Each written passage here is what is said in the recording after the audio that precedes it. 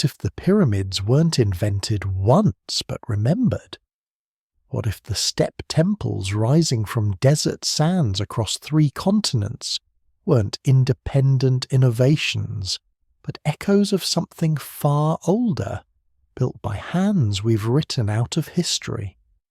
In the dust-choked valleys of ancient Mesopotamia, where the Tigris and Euphrates once carved civilization from wilderness, clay tablets speak of beings called the Anunnaki, the ones who came from heaven to earth.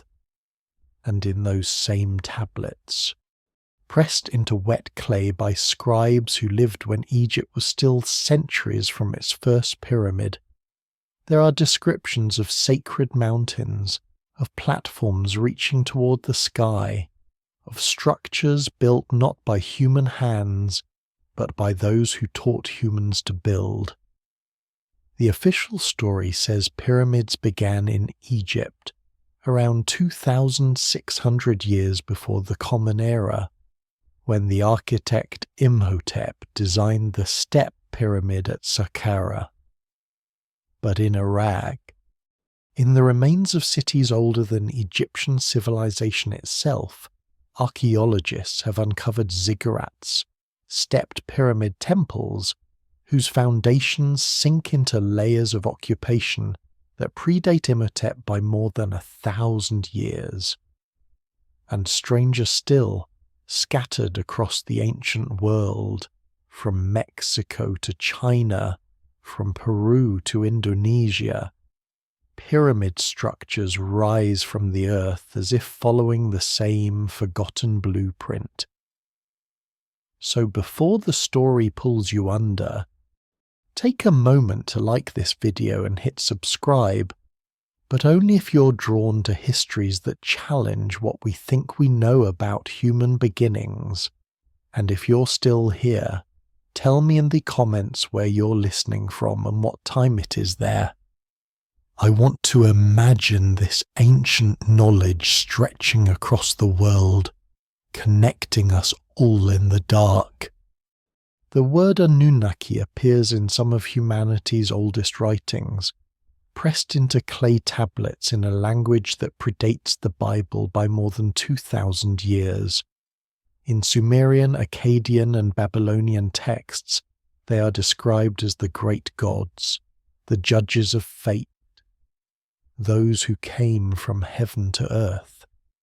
But buried in the poetry and mythic language, scholars have found something unusual, descriptions that sound less like mythology and more like record-keeping. The Anunnaki aren't just worshipped as distant, abstract deities. They're described as beings who walked among humans, who taught skills, who built cities, who established kingship.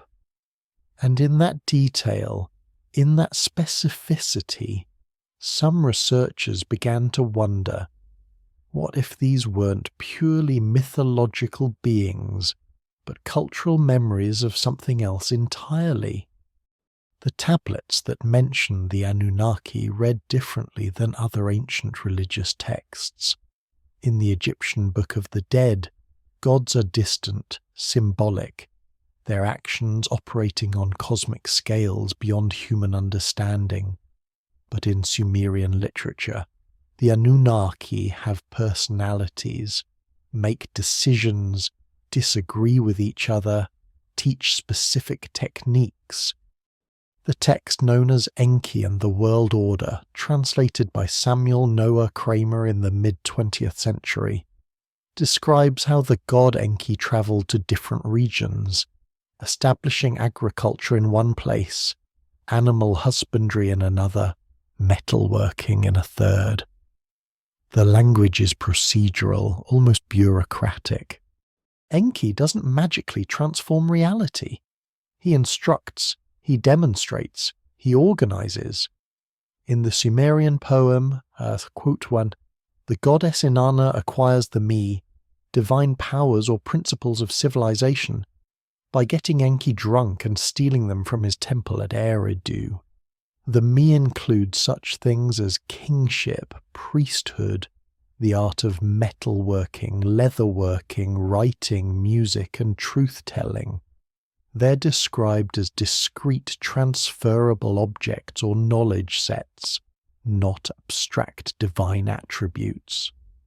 When translated literally, the text sounds less like myth and more like the transfer of intellectual property, as if the Anunnaki were guardians of technical knowledge that could be taught, stolen, or lost.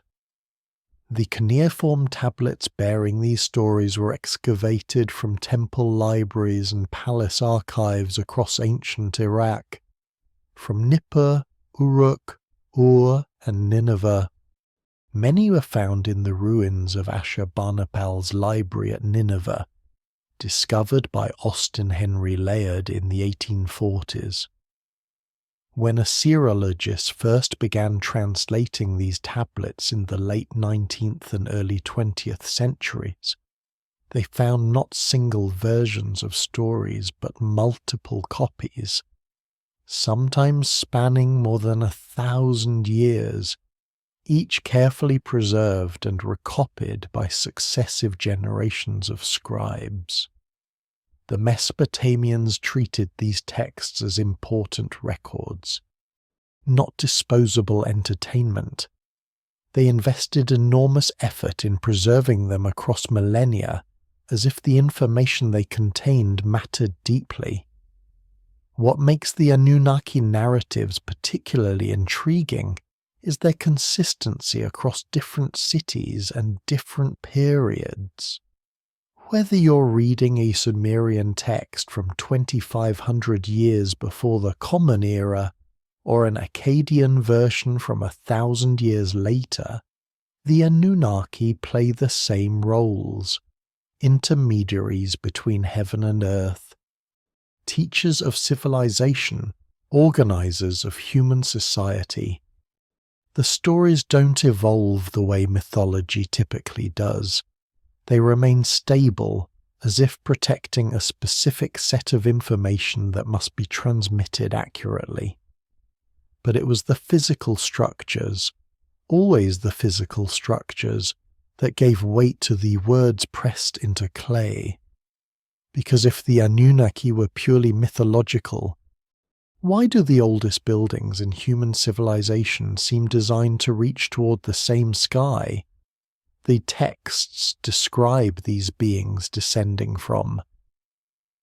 1,500 years before the Great Pyramid rose from the Giza Plateau, massive stepped platforms dominated the skylines of Sumerian cities. Archaeologists call them ziggurats, artificial mountains built of sun-baked brick, rising in terraced levels toward the heavens. The oldest confirmed ziggurat stands at Eridu in what is now southern Iraq, in a settlement that carbon dating places at 5,400 years before the present. That makes it older than the Egyptian pyramids by more than a millennium. The structure was rebuilt multiple times over centuries, each generation adding to the platform, raising it higher, as if trying to reach something in the sky. And in the foundation deposits, archaeologists found votive offerings and inscriptions dedicating the structure to Enki, chief of the Anunnaki, the god who was said to have built the first city where nothing had existed before. The ziggurat at Eridu is not alone. At the ziggurat dedicated to the moon god Nana still stands, its triple stairway rising in diminishing tiers of baked brick. British archaeologist Leonard Woolley excavated the site in the 1920s and 30s, finding that, like Eridu, the ziggurat at had been built and rebuilt multiple times, each reconstruction carefully incorporating the previous structure within its expanded mass. At Uruk, the White Temple sits atop a massive platform dating to approximately 3,200 years before the Common Era, its whitewashed walls visible for kilometers across the flat Mesopotamian plain. What strikes researchers about these structures is not just their age, but their sophistication. The ziggurats were not crude piles of mud brick. They incorporated precise alignments to cardinal directions, drainage systems to prevent water damage, internal staircases and chambers, and foundation platforms that distributed weight to prevent settling in the soft alluvial soil. The largest.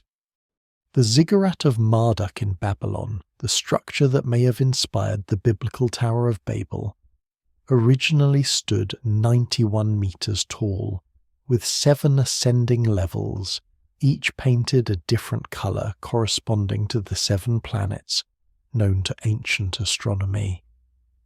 The Greek historian Herodotus, visiting Babylon in the 5th century before the Common Era, described climbing the ziggurat's ramp to reach the temple at its summit, where priests conducted rituals meant to commune with the gods who descended from the heavens. The architectural principles embedded in these structures, the stepped pyramid form, the astronomical alignments, the idea of a sacred mountain connecting earth to sky, would appear again and again across ancient civilizations. But in Mesopotamia, they appeared first, fully realized, as if the builders were following a template rather than experimenting with new forms. And then, when archaeologists pushed further back, beyond even Sumerian civilization, they found something that challenged every assumption about how human culture develops. In southeastern Turkey, on a windswept ridge overlooking the Fertile Crescent, archaeologists uncovered something that shouldn't exist according to conventional timelines. Göbekli Tepe, a massive temple complex of carved pillars arranged in circles, decorated with the intricate bas reliefs of animals and abstract symbols, was built more than 11,000 years ago, in an era when humans weren't supposed to be capable of such organization or artistry. The site predates writing, pottery, metallurgy, and even agriculture. It was constructed by hunter-gatherers who somehow mobilized the labor and skill to quarry, carve, transport, and erect limestone pillars weighing up to 16 tons each. No evidence of habitation has been found at the site. No houses, no refuse pits. Nothing to suggest anyone lived there. It was a place purely of ritual, built with purpose and precision by people we're told shouldn't have possessed either.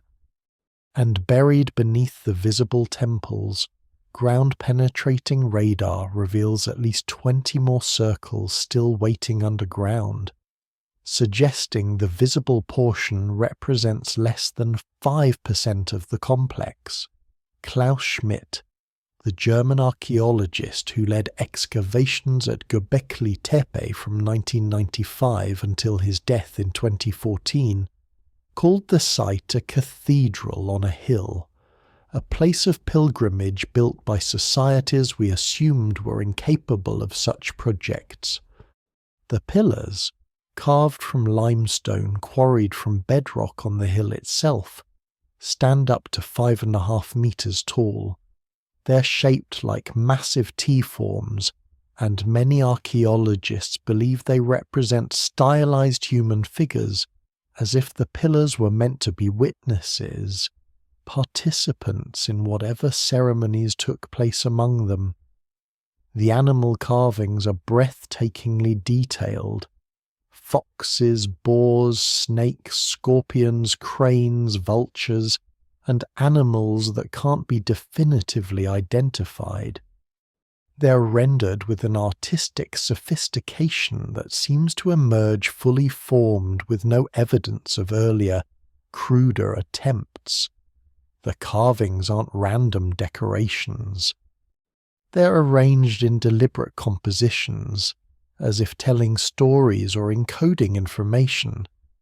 Some pillars show hands positioned at their sides, as if the stones themselves were beings standing in attendance. What makes Göbekli Tepe deeply unsettling for conventional archaeology is the implication. Complex ceremonial architecture, organized labor, artistic achievement, and abstract symbolic thinking existed thousands of years before agriculture, before settled civilization, before everything we thought was necessary for such accomplishments. The site forces a reconsideration of the entire human timeline.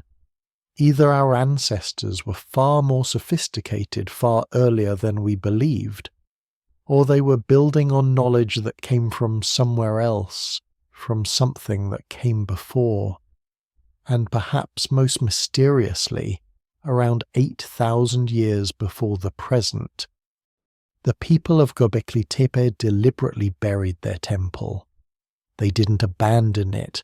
They carefully filled the enclosures with debris, covering the pillars, sealing the site beneath tons of earth, as if preserving it for a future generation, or hiding it from something they feared.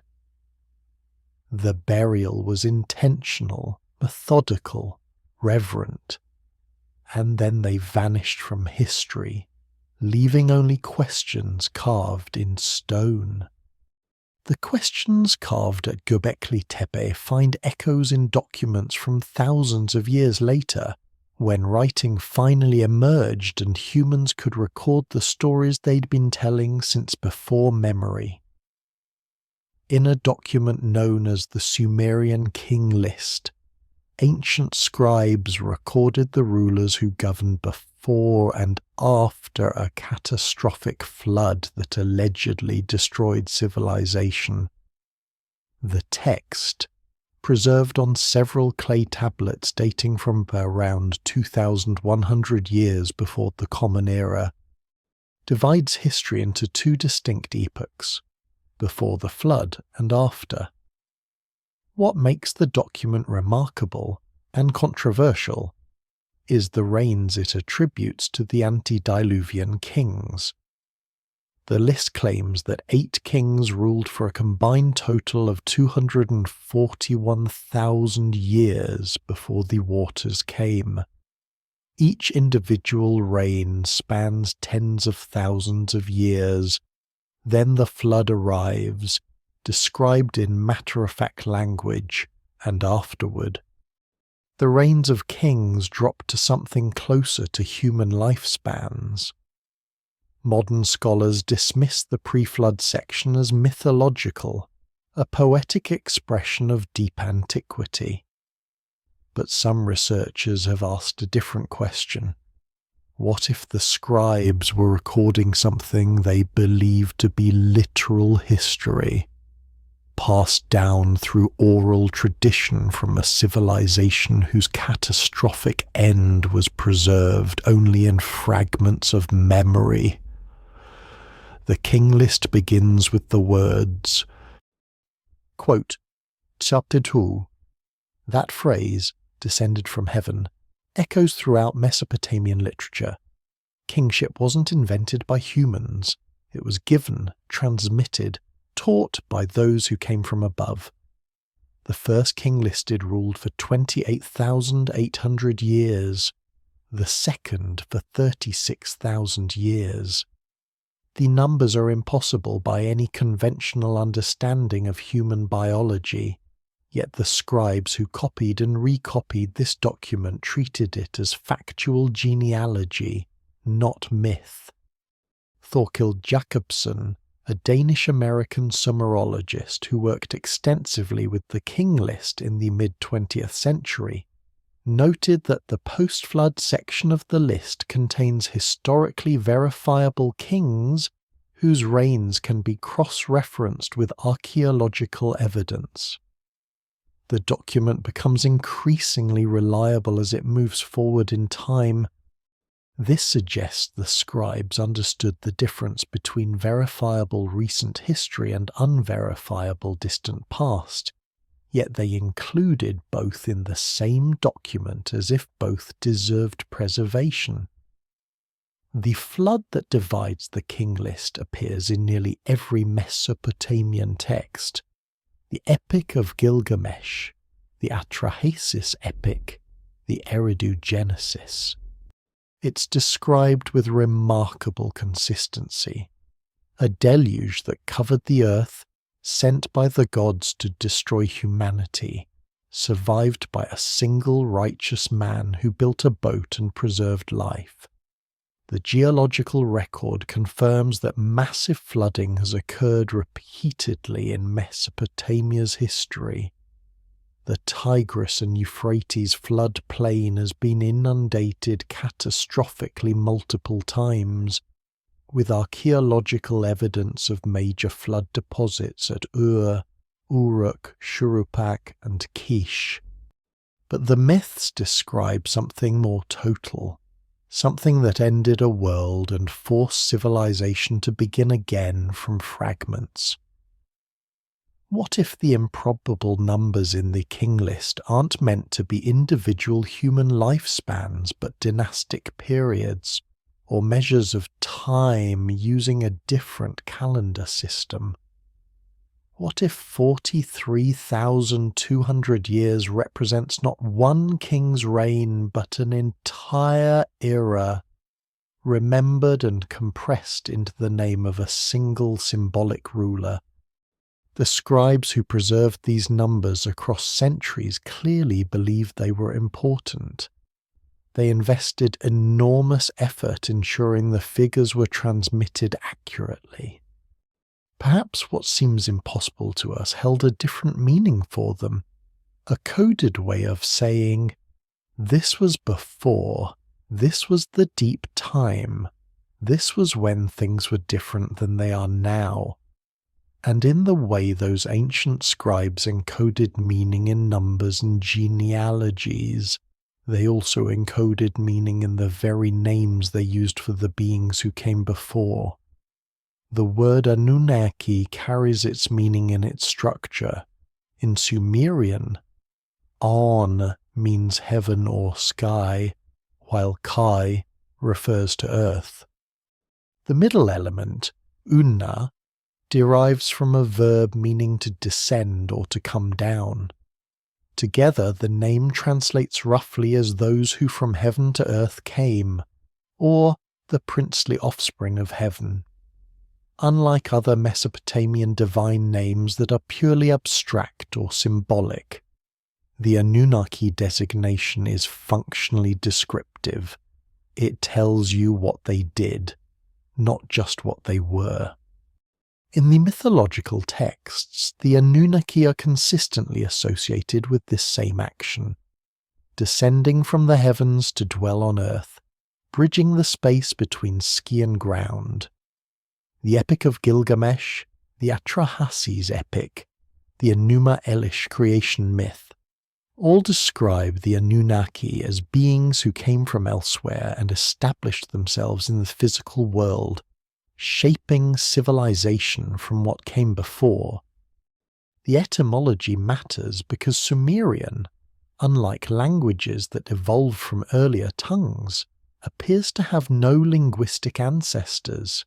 It's what linguists call an isolate, a language unrelated to any known language family. It didn't develop from something earlier. It simply exists in the archaeological record, fully formed, with complex grammar and extensive vocabulary. The oldest Sumerian texts, dating from around 3,200 years before the Common Era, show the same linguistic sophistication as texts written 1,000 years later. There's no evidence of the language gradually developing from simpler forms. It appears complete, as if it was designed rather than evolved. And within that language, the Anunnaki are defined by movement, vertical movement, from above to below, from heaven to earth. Every occurrence of the term in ancient texts reinforces this spatial relationship. In the descent of Inanna, the Anunnaki serve as judges in the underworld, having descended there from the heavens above. In cylinder seal impressions from the 3rd millennium before the Common Era, figures identified by accompanying inscriptions as Anunnaki are shown descending from winged discs in the sky, coming down to earth where human supplicants await them. The consistency of this description across thousands of years and hundreds of texts suggests it wasn't poetic flourish, but definitional. Being from heaven to earth wasn't something the Anunnaki did occasionally. It was what they were. Their essential nature encoded in the word used to name them. They were the ones who descended. They were the bridge between sky and ground. They were, according to every text that mentions them, the ones who brought something from above to below, who transferred knowledge and power and civilization from one realm to another. And perhaps, hidden in those ancient names, in the careful etymologies preserved by scribes who knew the power of words, there is something more than mythology. Perhaps there is memory, pressed into clay and baked hard against time, waiting for the moment when we're ready to ask not whether the stories are literally true, but what truth they're trying to preserve beneath the layers of myth and time and forgetting. In Mesopotamian tradition, there existed before the flood a group of 7 Apkallu, sages who were sent by the god Enki to bring civilization to humanity. The Babylonian priest and historian Berossus, writing in the 3rd century before the Common Era, preserved accounts of these figures, describing them as beings who emerge from the sea and taught humans writing, mathematics, agriculture, astronomy, architecture, and law. The first and most important was Wans, or Adapa in earlier sources, depicted in reliefs as a human figure wearing the skin of a fish, or sometimes as a being who was half man, half fish. According to the traditions recorded by Berossus, these sages appeared before the flood and gave humanity the knowledge necessary to create urban civilization. After the deluge, they vanished, but their teachings remained, preserved by the survivors who rebuilt the world.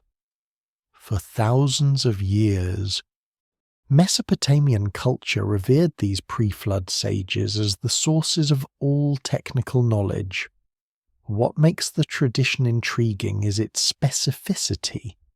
These weren't generic culture heroes, but 7 distinct individuals, each credited with teaching specific skills, each linked to a particular antediluvian city. Berossus, who served as a priest of the god Marduk in Babylon, had access to temple archives containing texts and traditions stretching back thousands of years. When he wrote his history of Babylonia for the Greek king Antiochus I, he drew on sources that have since been lost to us. His account of Oannes, preserved in fragments quoted by later Greek historians, describes how this being emerged from the Persian Gulf, where it borders Babylonia, possessing the power of reason and speech. According to Berossus, Oan spent his days teaching humans, but returned to the sea each night, living in the water like a fish. The description is remarkably specific. One's taught humans to construct houses, to found temples, to compile laws, and explain to them the principles of geometric knowledge. He instructed them in agriculture, how to plant seeds, how to harvest crops, how to distinguish useful plants from poisonous ones. He gave them writing, teaching them to form letters and preserve knowledge on clay tablets. And when the sun set, this being who looked like a man wearing fish skin returned to the depths, as if he required the water to survive, or perhaps as if the water was where he belonged.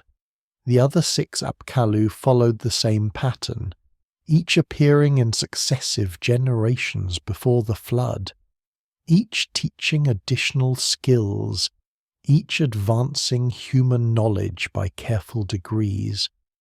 The tablets that mention them by name, fragments from Uruk, Nippur and Nineveh, list their names and their associated cities: Wana Adapa of Eridu, Wanduga of Lhasa, Enmeduga of Sipa, Enmegalama of Ur, Enmebuluga of Nippur, Anenlilda of Eridu, and Utuabzu of Nippur. Each name is recorded with precision, as if these were historical figures deserving of accurate documentation. What makes the Apkallu tradition particularly fascinating is how it persisted across millennia.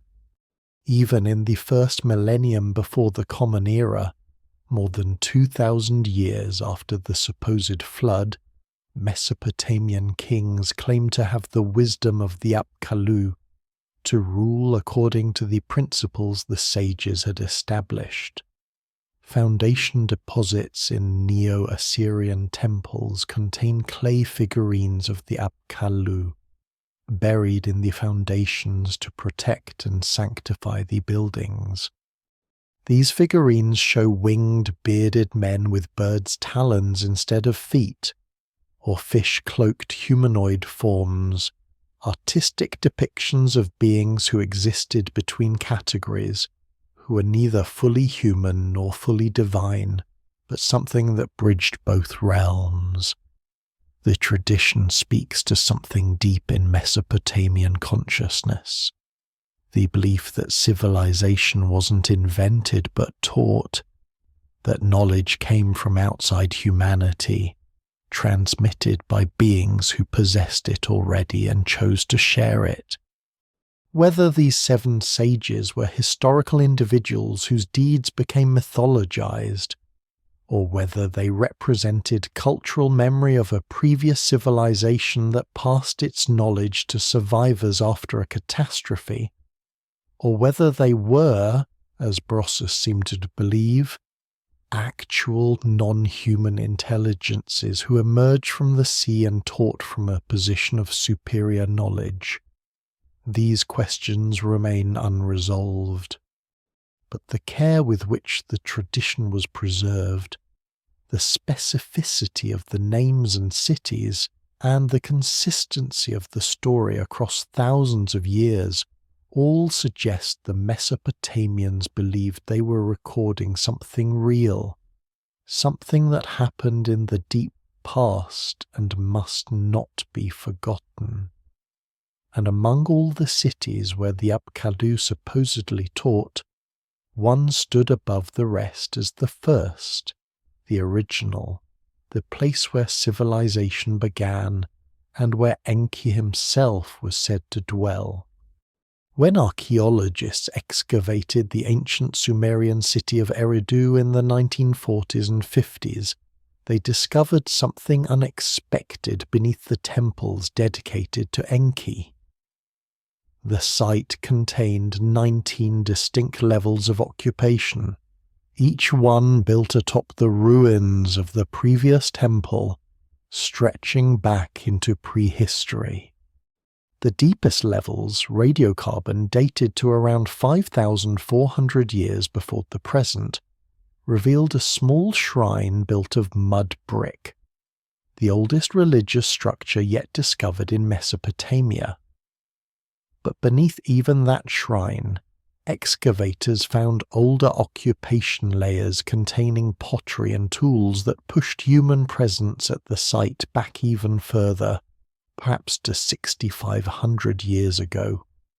According to Sumerian mythology, Eridu was the first city ever built, created by Enki when he emerged from the cosmic waters and established order where there had been only chaos.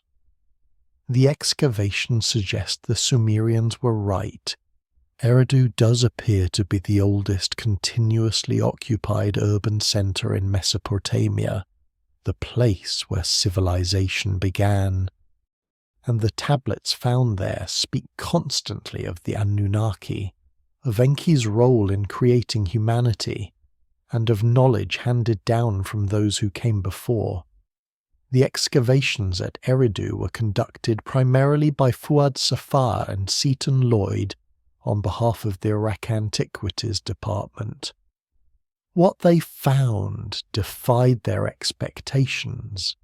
The site wasn't simply old, it was the foundation layer of Mesopotamian civilization itself. Each of the 19 temple levels showed clear continuity with the one below it, as if each generation rebuilt the sanctuary on precisely the same spot, maintaining an unbroken tradition of worship that spanned thousands of years. The earliest shrine, at the bottom of the stratigraphic sequence, measured only 3 meters by 4 meters, a tiny room with an altar and offering table. But even in that primitive structure, the architects had established the fundamental temple design that would persist throughout Mesopotamian history. A central chamber with an altar at one end, an offering table in the middle, and the entrance offset to maintain the sanctity of the inner space. This wasn't experimental architecture. It was a fully conceived design implemented in the first building, as if the builders knew exactly what form a temple should take. As you move up through the levels, the temples grow larger and more elaborate. By level 6, the shrine has expanded to include multiple rooms and subsidiary altars. By level 11, it's a substantial structure with thick walls and decorative niches. And by the time you reach the uppermost levels, the temple has transformed into a massive ziggurat platform dominating the landscape, visible for kilometers across the flat alluvial plain. But what arrested the archaeologists' attention were the foundation deposits, votive offerings and inscribed bricks buried in the structure's foundations during construction. These deposits identified the deity to whom the temple was dedicated: Enki, lord of the Abzu, master of fresh water, god of wisdom and magic, chief among the Anunnaki who descended to Earth. And in tablets found in later levels, Eridu is consistently described as the first city to receive kingship after it descended from heaven, the place where civilization began, the point of origin for everything that followed. The site's location adds another layer of mystery. Eridu sits at the edge of the marshlands where the Tigris and Euphrates once met the Persian Gulf. In ancient times, the city would have been on or very near the coastline, positioned at the precise interface between fresh water, salt water, and dry land. This liminal position, neither fully land nor fully sea, echoes the descriptions of Enki emerging from the Abzu, the cosmic ocean beneath the earth, and of Oan's rising from the Persian Gulf to teach the first humans. The myths and the geography align with uncanny precision. Around the temple precinct, excavators found evidence of the city that served the sanctuary: houses, workshops, kilns, and most importantly, the graves of those who lived and died in humanity's first city. The burial practices show continuity across the levels, suggesting unbroken cultural transmission from the earlier settlements through to classical Sumerian civilization. These people didn't forget their origins. They built upon them, literally raising each new temple above the ruins of the old, lifting their sacred space higher with each generation, as if reaching back toward whatever or whoever had given them the knowledge to build cities in the first place. And that knowledge, pressed into countless clay tablets, described not just how civilization began in one place, but how the same architectural principles appeared across the ancient world at roughly the same time. The conventional archaeological timeline places the first Egyptian pyramid, the step pyramid of Djoser at Saqqara, at approximately 2,600 years before the Common Era. But the ziggurats of Mesopotamia predate this by at least a millennium, and possibly longer. The earliest ziggurat remains at Eridu show construction beginning around 3,800 years before the Common Era. The White Temple at Uruk, another early stepped platform, dates to approximately 3,200 years before the Common Era. In Caral, Peru, stepped pyramid platforms built from quarried stone have been radiocarbon dated to 2,700 years before the Common Era, roughly contemporary with early Egyptian pyramids but developed independently on the opposite side of the world. In China's Shanxi province, the pyramid-shaped mausoleums begin appearing around 2,200 years before the Common Era. The implication is stark. Pyramid building wasn't a singular Egyptian innovation. It was a widespread architectural concept that appeared in multiple civilizations across vast distances, often at roughly the same time in the archaeological record, and in Mesopotamia's case, significantly earlier. This timeline challenges one of archaeology's fundamental assumptions, that similar innovations in separated cultures result from independent development, following similar environmental pressures and human needs. The pyramid form appears in climates ranging from desert to rainforest to temperate highlands.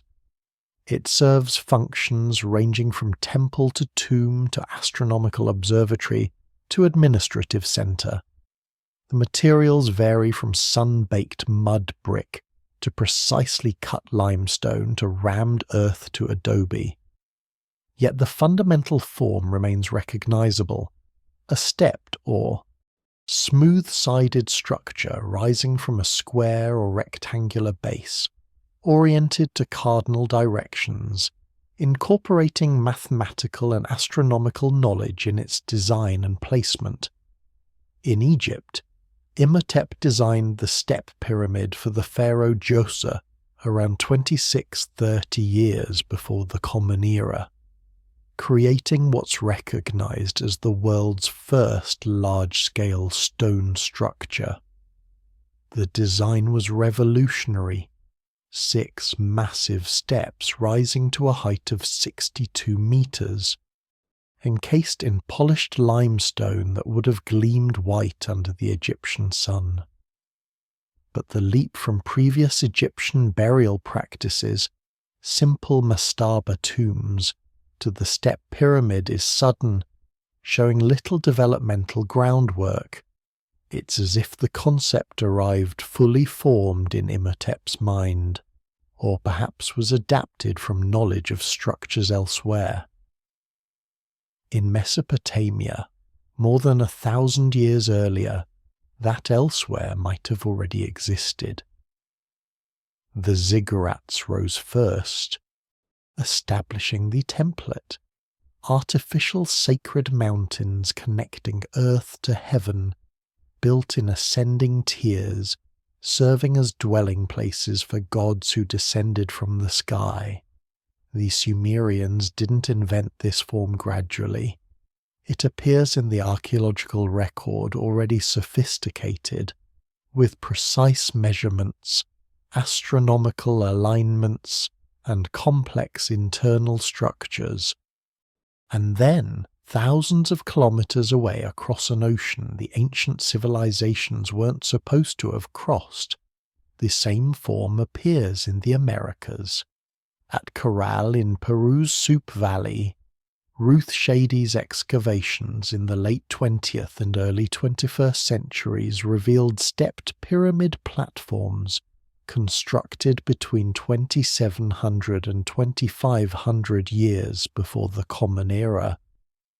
These structures incorporated astronomical alignments, served ceremonial functions, and demonstrated organizational capacity on a massive scale, all emerging during the same general period when Egypt was building its pyramids and Mesopotamia was refining its ziggurats. The Norte Chico civilization at Corral developed complex urban society with monumental architecture but apparently without pottery or writing, suggesting knowledge transfer patterns different from those in the Old World, yet producing remarkably similar results. The pattern repeats across the globe. In Mesoamerica, the Olmecs begin constructing pyramid complexes around 1200 years before the Common Era. In China, pyramid-formed tomb mounds emerge around 2200 years before the Common Era. In Southeast Asia, temple pyramids like Borobudur in Indonesia date to around 800 years into the Common Era, but follow architectural principles established millennia earlier. Each culture claims to have developed the form independently, yet each incorporates similar elements: astronomical alignments, cardinal orientations, associations with ancestor worship or divine communication, and the persistent idea of the pyramid as a cosmic mountain connecting the earthly and celestial realms. Mainstream archaeology attributes these similarities to convergent evolution and the universal human impulse to build upward toward the heavens. But the concentration of pyramid building in a relatively narrow window of historical time, across cultures with no documented contact, suggests an alternative possibility, that the form was transmitted somehow, whether through lost maritime connections, inherited from an earlier global civilization now lost to us, or as Mesopotamian texts suggest, taught by those who came from elsewhere and shared the same architectural knowledge across the ancient world.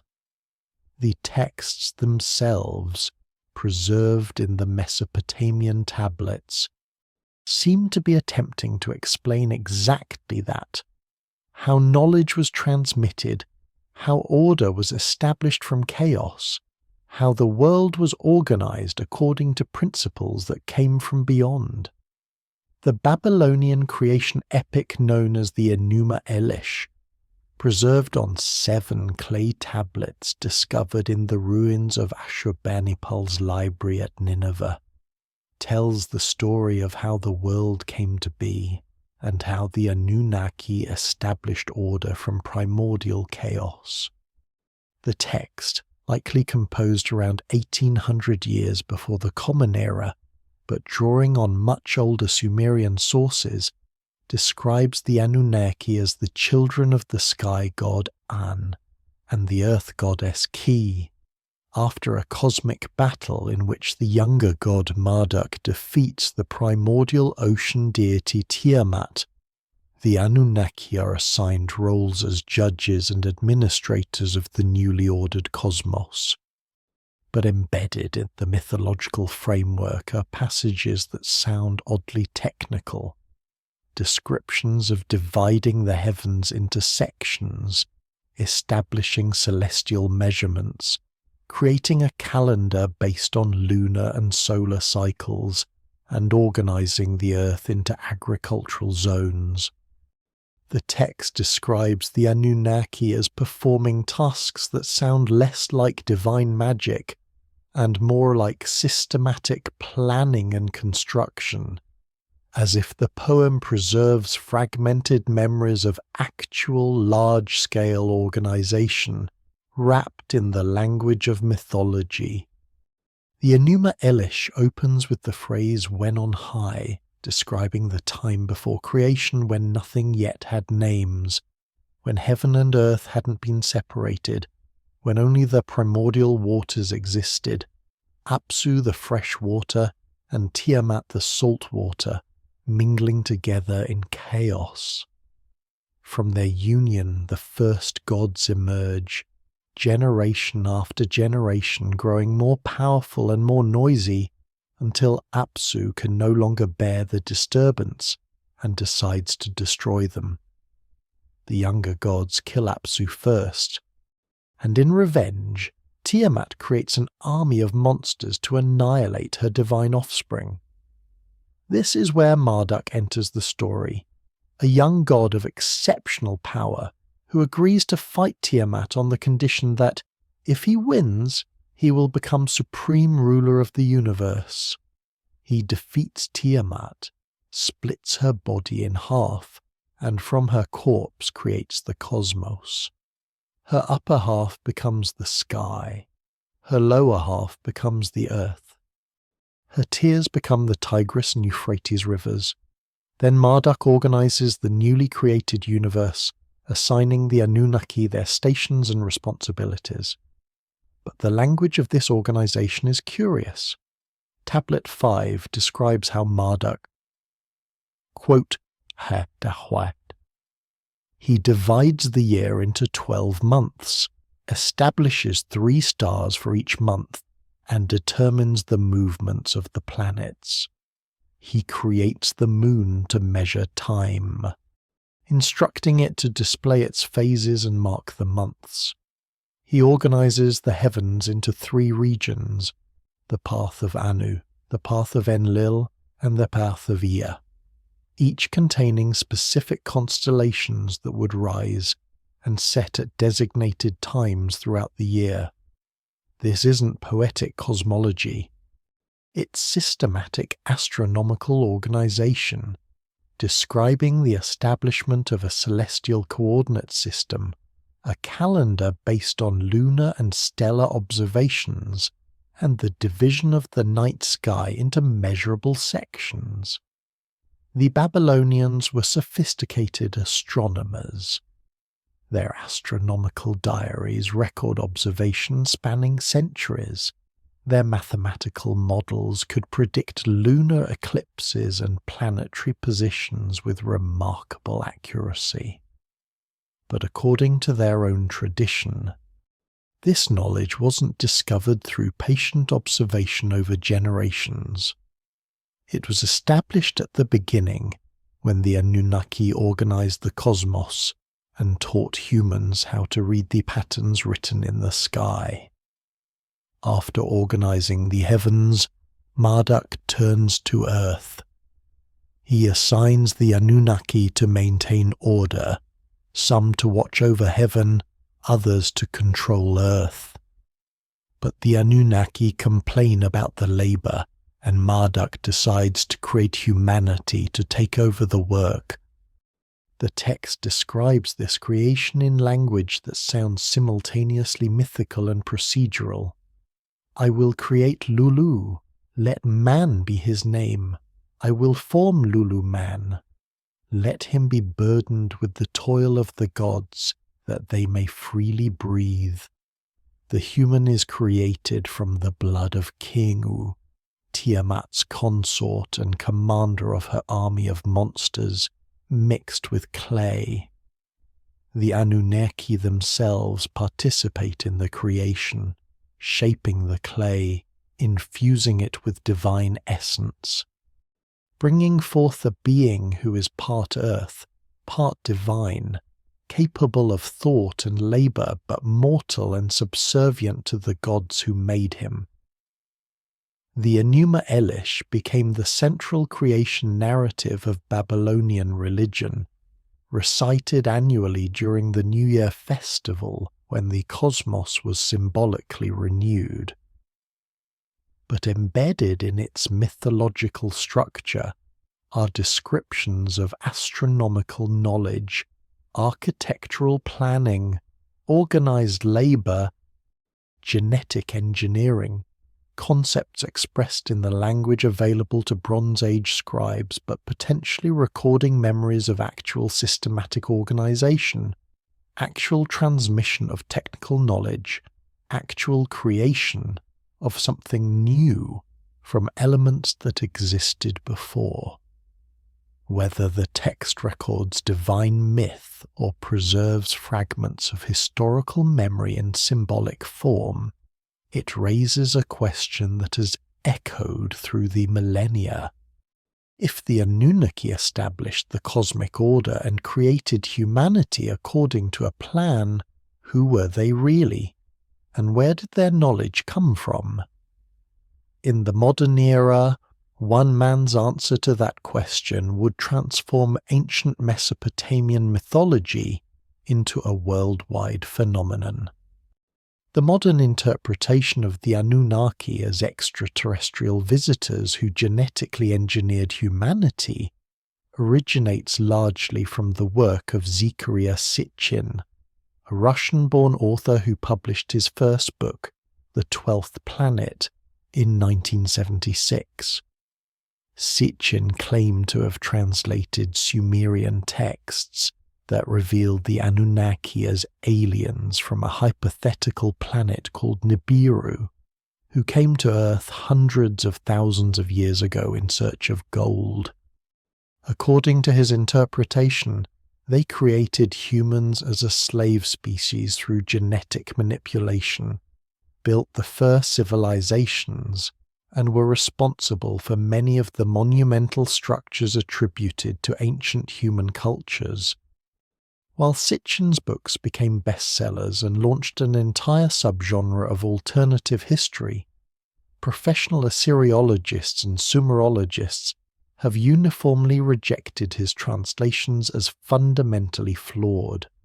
Scholars point out that Sitchin misread cuneiform signs, invented meanings for Sumerian words, and imposed modern science fiction concepts onto ancient religious texts.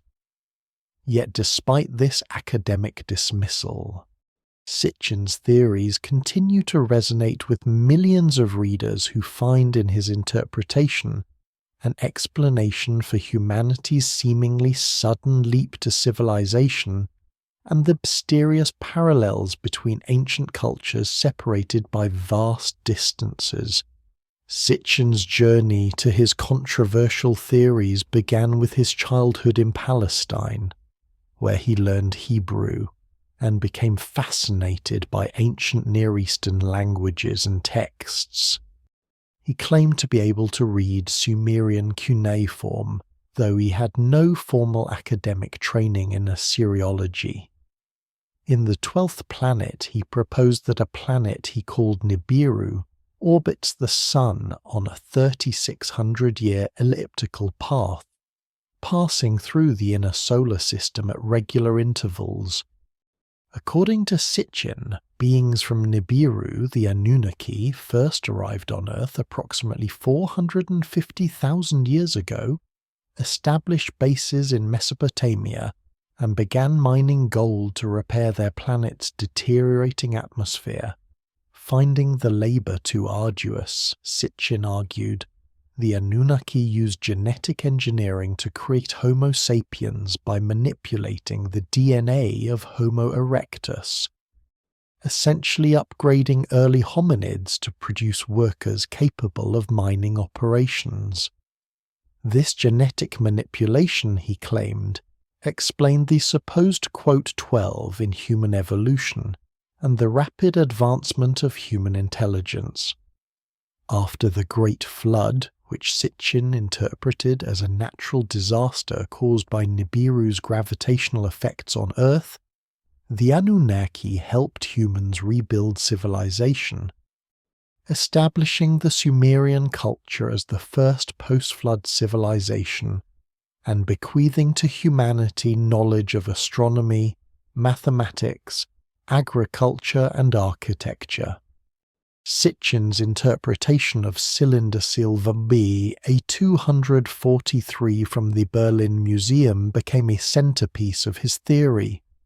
He identified a symbol on the seal as depicting the solar system, with a sun surrounded by planets, including an extraplanet beyond Neptune that he claimed represented Nibiru. This interpretation was immediately rejected by scholars, who identified this central symbol as a star, a common representation in Mesopotamian iconography, surrounded by dots that don't correspond numerically or symbolically to planets. Professional Assyriologists have comprehensively debunked Sitchin's work. Michael Heiser, a scholar of ancient Semitic languages, conducted a detailed analysis of Sitchin's translations and found them riddled with fundamental errors. Sitchin confused Sumerian and Akkadian words, misidentified cuneiform signs, created meanings for terms that don't exist in the lexicon, and cherry-picked passages out of context to support predetermined conclusions. Irving Finkel of the British Museum, one of the world's leading cuneiform experts, stated that Sitchin's readings of Sumerian and Akkadian texts quote 13, yet Sitchin's books have sold millions of copies and spawned countless imitators, television documentaries, and online communities dedicated to exploring ancient astronaut theories. The appeal is understandable. His narrative provides a unified explanation for multiple mysteries: the origin of human civilization, the purpose of ancient monuments, the meaning of mythological texts, and the question of whether we're alone in the universe. It transforms ancient texts from religious mythology into historical documentation of extraterrestrial contact, making the gods literal rather than metaphorical. The scholarly consensus is clear. Sitchin's translations are inaccurate. His astronomical claims are impossible, and his historical narrative doesn't align with archaeological evidence. But beneath the academic rejection lies a more interesting question. Why did his theories resonate so powerfully with so many people? Perhaps because the legitimate mysteries remain unsolved. The sudden emergence of Sumerian civilization with its sophisticated writing, mathematics, and architecture. The global appearance of pyramid structures in roughly the same historical period. The persistent traditions across multiple cultures of beings who descended from the sky and taught humanity the arts of civilization. The uncanny precision of ancient astronomical knowledge and megalithic construction. These mysteries exist independent of Sitchin's explanations. And while mainstream archaeology offers answers grounded in gradual human development, those answers sometimes struggle to account for the speed, sophistication, and global patterns of ancient achievement. In the gap between what we can explain and what remains mysterious, theories like Sitchin's flourish, not because they're correct, but because they attempt to address questions that conventional scholarship hasn't fully resolved. The truth about the Anunnaki, whatever that truth might be, lies somewhere in the clay tablets themselves. in what the ancient scribes actually wrote, rather than what modern interpreters wish they had written. When professional Assyriologists translate Sumerian and Akkadian texts about the Anunnaki, a more nuanced picture emerges than the extraterrestrial narrative. In authenticated translations of texts like the Atrahasis epic, the Eridu Genesis, and the Enuma Elish, the Anunnaki appear as deities within a complex polytheistic system, powerful, immortal, and involved in human affairs, but fundamentally recognizable as gods in the traditional religious sense. They inhabit the heavens and the underworld, they quarrel among themselves, they take human lovers, and they demand worship and offerings. In the Atrahasis, the Anunnaki are described as toiling gods who grow tired of the labor of maintaining the world and eventually create humans to take over the work. The text is about divine politics and the relationship between gods and humanity, written in the metaphorical language of ancient theology. Samuel Noah Kramer, one of the 20th century's foremost Sumerologists, spent decades translating these texts and never found evidence of the technological or extraterrestrial interpretations later popularized in alternative theories. Yet even in these orthodox translations, puzzling details remain. Descriptions of the Anunnaki possessing knowledge of metalworking, mathematics, and astronomy that seems remarkably advanced for the period when the texts were supposedly composed. Samuel Noah Kramer, born in Ukraine in 1940 and educated at the University of Pennsylvania, devoted his life to recovering the literature of ancient Sumer. He translated hundreds of tablets, piecing together fragments scattered across museums worldwide to reconstruct complete texts. His translations of creation myths, hymns, lamentations, and wisdom literature revealed a sophisticated theological worldview in which the Anunnaki functioned as a divine council. 50 great gods who determined the fates of heaven and earth, supported by a larger group of lesser Anunnaki who carried out their decrees. In Kramer's translations of the Atrahasis epic, the story unfolds as labor dispute mythology. The Anunnaki gods are divided into two groups: the senior gods who oversee creation and the junior gods, sometimes called the Igigi, who perform the actual work of maintaining the cosmos. For 40 years, the text says, these junior gods dug canals, dredged riverbeds, and carried out the hard labor of world maintenance. Eventually, exhausted and resentful, they rebel, burning their tools and marching to the palace of Enlil, the chief god, demanding relief from their toil. The solution proposed by the wise god Enki is to create a substitute laborer, humanity. The goddess Nintu mixes clay with the flesh and blood of a slain god, creating a being that possesses divine intelligence but mortal limitations. The newly created humans take over the work of the gods, allowing the Anunnaki to rest. It's a creation narrative grounded in labor economics and social hierarchy, expressing theological truths about humanity's relationship to the divine and to work itself. But embedded in these orthodox translations are details that have troubled some scholars. The Atrahasis describes the creation of humans in language that sounds oddly procedural. Nintu is given specific instructions: mix the clay with divine blood, let 14 birth goddesses assist, create 7 males and 7 females.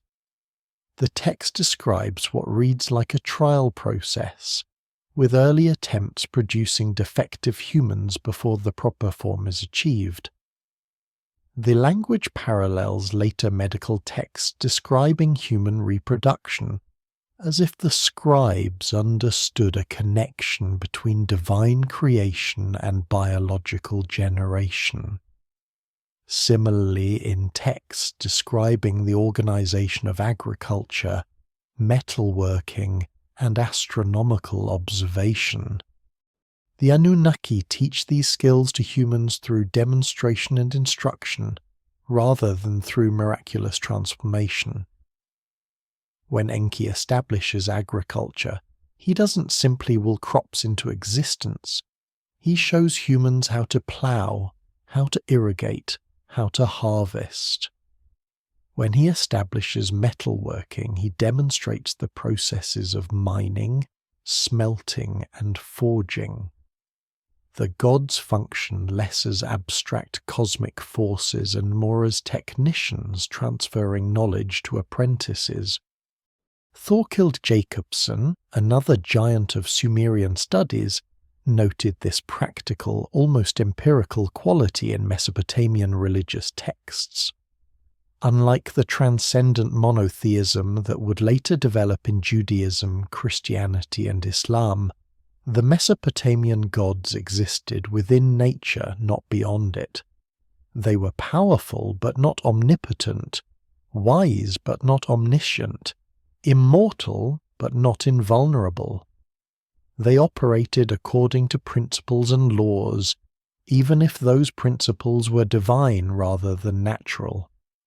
This theological framework, gods who function within systems, who teach rather than simply decree, who collaborate in creation rather than speaking it into existence, is either sophisticated religious metaphor or, as some researchers have suggested, a way of encoding actual knowledge transfer in the only language available to Bronze Age scribes.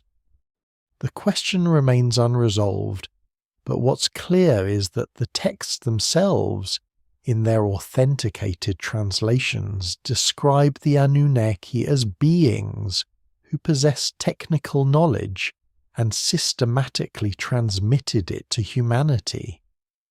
And central to that knowledge transmission was a place described in text after text, a location that existed beneath the earth, yet seemed to function as a center of wisdom and power.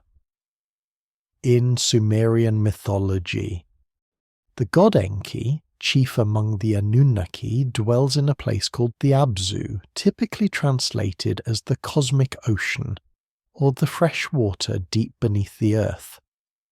But the descriptions of the Abzu in various texts suggest something more structured than a natural body of water.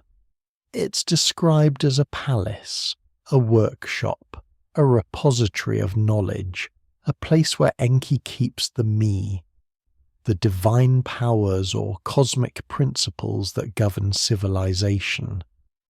In their poem Enki and the World Order, the Abzu is depicted as a location from which Enki travels to organize different regions of the earth, establishing agriculture, animal husbandry, and architecture in each place. Later texts describe it as containing chambers, gates, and treasuries. Some researchers have suggested the Abzu might represent a memory of actual underground structures, perhaps early temple complexes with subterranean chambers and wells that connected to the water table. Archaeological excavations in Mesopotamia have revealed that ancient temples often incorporated elaborate drainage systems, underground chambers, and connections to fresh water sources.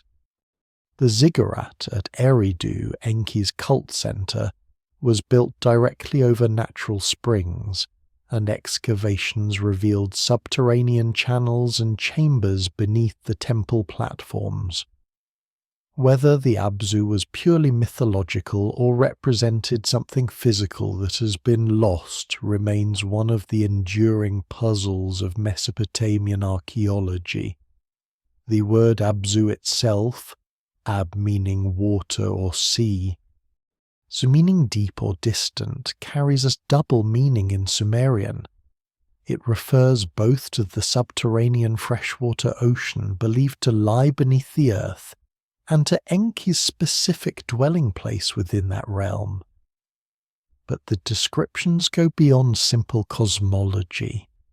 The Abzu is described as having a doorway, a gate that can be opened and closed.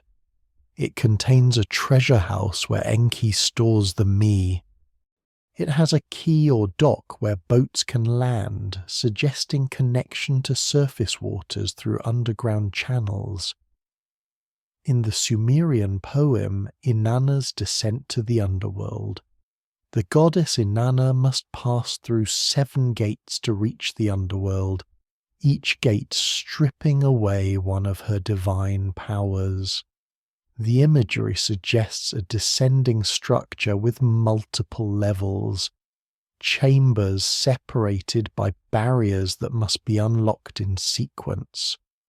While this text describes the realm of the dead rather than specifically the Abzu, the architectural parallels are striking.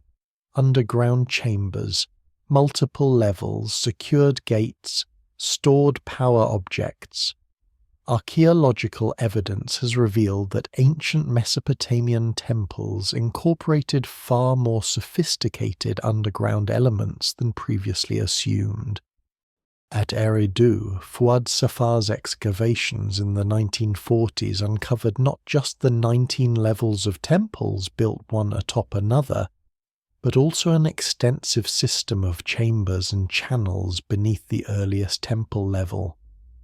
The structure was built directly over natural springs, and the architects had incorporated these water sources into the temple design, creating underground chambers where fresh water emerged from the earth, a physical manifestation of the connection between the temple and the Abzu. Similar underground features have been found at other ancient Mesopotamian sites. At Ur, the royal tombs contain elaborate subterranean chambers cut deep into the earth, with drainage systems sophisticated enough to prevent flooding even in the water table-rich soil of southern Iraq. At Uruk, excavations revealed underground channels connecting the temple complex to the Euphrates River, allowing water to flow beneath the sacred precinct in a way that would have seemed miraculous to observers who didn't understand the engineering involved. Some researchers have proposed that the Abzu might represent cultural memory of actual subterranean installations, perhaps refuge chambers built during a period of surface catastrophe, or underground storage facilities for preserving knowledge and resources, or early mining operations for extracting minerals and metals. The descriptions in the texts, chambers with gates, treasuries, workshops where Enki performs his creative acts, could be mythologized memories of actual underground structures whose purpose has been forgotten. Others suggest the Abzu is entirely symbolic, representing the unconscious mind, the source of creativity and wisdom that lies beneath conscious awareness, from which inspiration emerges like fresh water from a spring. In this interpretation, Enki's journeys from the Abzu to organize the world represent the process of bringing unconscious knowledge into conscious application. But the texts insist on physical details. They describe Enki traveling to the Abzu, residing there, working there, storing objects there. The Mi that he keeps in the Abzu are described as discrete items that can be stolen, as happened when Inanna visited Enki, got him drunk on beer, and made off with the me to bring them to her city of Uruk. Whether this represents actual objects or codified knowledge, the narrative treats the Abzu as a real place where real things happen, not simply as abstract cosmological metaphor. The mystery deepens when you consider that temples built thousands of years apart, in cultures supposedly separated by time and distance, show similar incorporation of underground elements connected to water sources, as if the architectural principle of connecting sacred space to subterranean water was transmitted across cultures, along with the pyramid form and astronomical knowledge. These architectural parallels point to the larger puzzle that has perplexed archaeologists since the beginning. How did sophisticated civilization appear so suddenly in Mesopotamia, seemingly complete and fully formed? One of the central mysteries that fuels speculation about the Anunnaki and lost civilizations is what archaeologists call the quote 16, the seemingly rapid transition from hunter-gatherer societies to urban civilizations with writing, mathematics, organized religion, and monumental architecture. In Mesopotamia, this transformation appears to have occurred over just a few thousand years, between roughly 6,500 and 3,000 years before the Common Era. Small farming villages gave way to cities of tens of thousands of inhabitants. Cuneiform writing emerged fully formed with sophisticated grammar and syntax. Cylinder seals displayed intricate artistic techniques, and mathematical systems based on the number 60 appeared, a system so sophisticated we still use it to measure time and angles today. Mainstream archaeology attributes this transformation to gradual accumulation of knowledge, population pressure, agricultural surplus enabling specialization, and social complexity emerging from trade networks. But some researchers point to the speed of the transformation and the apparent lack of clear developmental stages for technologies like writing, arguing that Sumerian civilization seems to emerge nearly complete, as if knowledge was transmitted from somewhere rather than developed from scratch. The debate isn't whether the Sumerians developed their civilization. The archaeological record clearly shows they did. But whether they might have been building on foundations of knowledge that came from before, from an earlier cycle of human achievement that was lost and had to be recovered.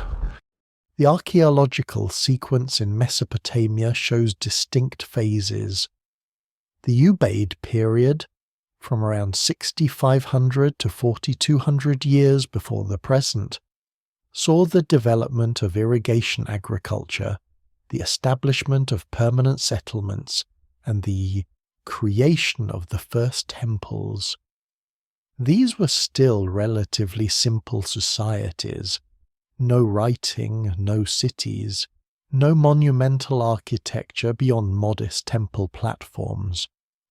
Then comes the Uruk period, from approximately 4,200 to 3,100 years before the present, and suddenly everything changes.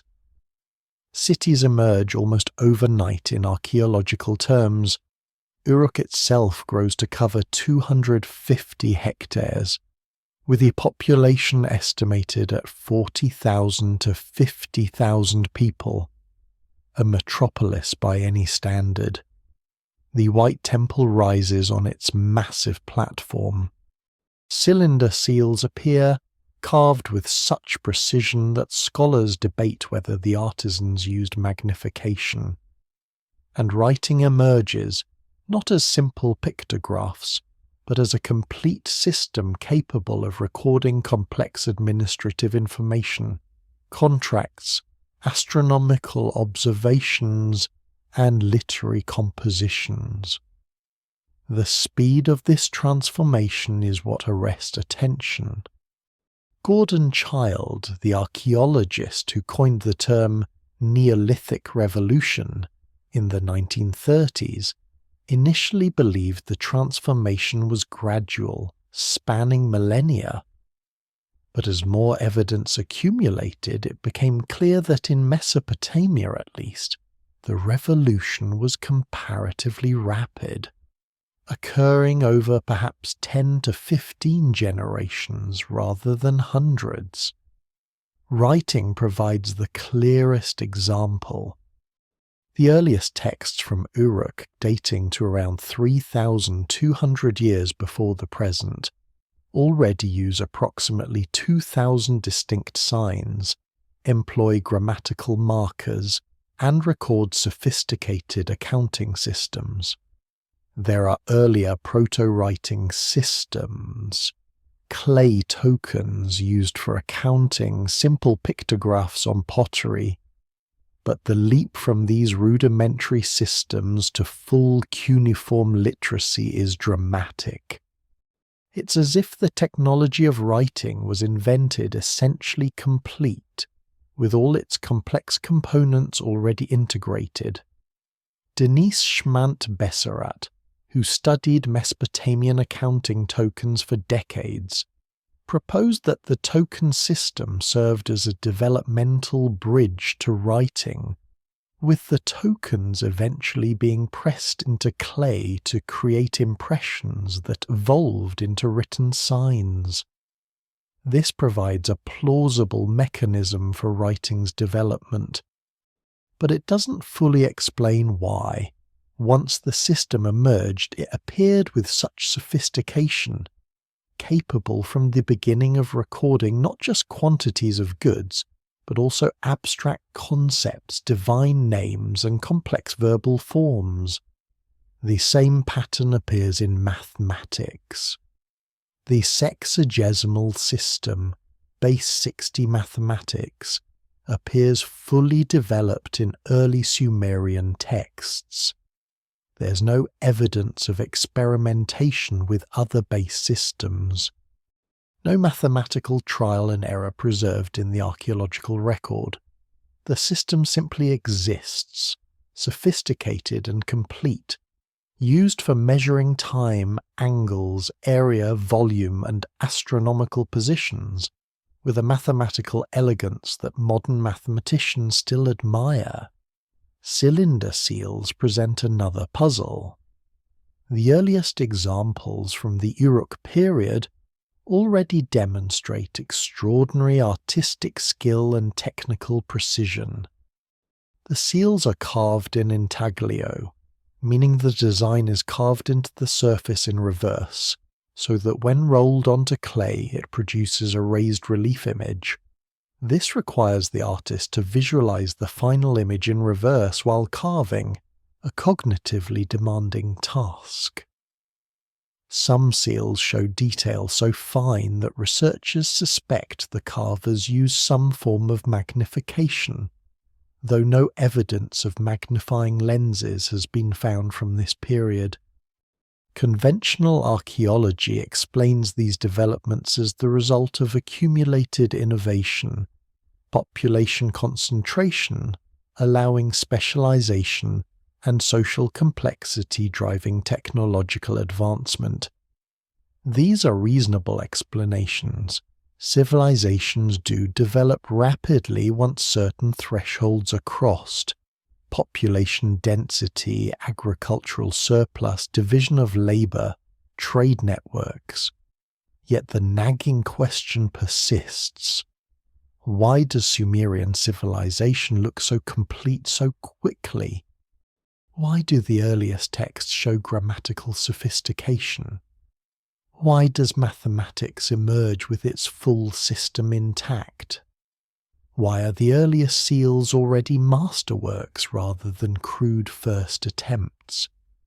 Some researchers suggest the answer might lie in knowledge recovery rather than knowledge creation, that the Sumerians might have been rebuilding on foundations laid by earlier cultures now lost to us, cultures whose achievements were preserved in oral tradition and then rapidly re-implemented when conditions allowed. The Sumerian texts themselves support this interpretation, consistently claiming that civilization was given by the gods, that kingship descended from heaven, that the arts were taught by the Anunnaki and the seven sages. Whether this represents myth explaining history or history encoded in myth, the archaeological puzzle remains. Civilization in Mesopotamia appeared with remarkable speed and sophistication, as if guided by knowledge that already existed somewhere, waiting to be applied. And that same pattern, sophisticated construction appearing rapidly across separated cultures, repeats globally in the archaeological record. The phenomenon of pyramid building appears independently across multiple ancient civilizations with no apparent contact. Egypt, Mesopotamia, Mesoamerica, Peru, China, Indonesia, and even in parts of southern Europe. The structures share fundamental similarities: stepped platforms built from massive stones or bricks, oriented to cardinal directions, often incorporating astronomical alignments and serving as both temples and tombs.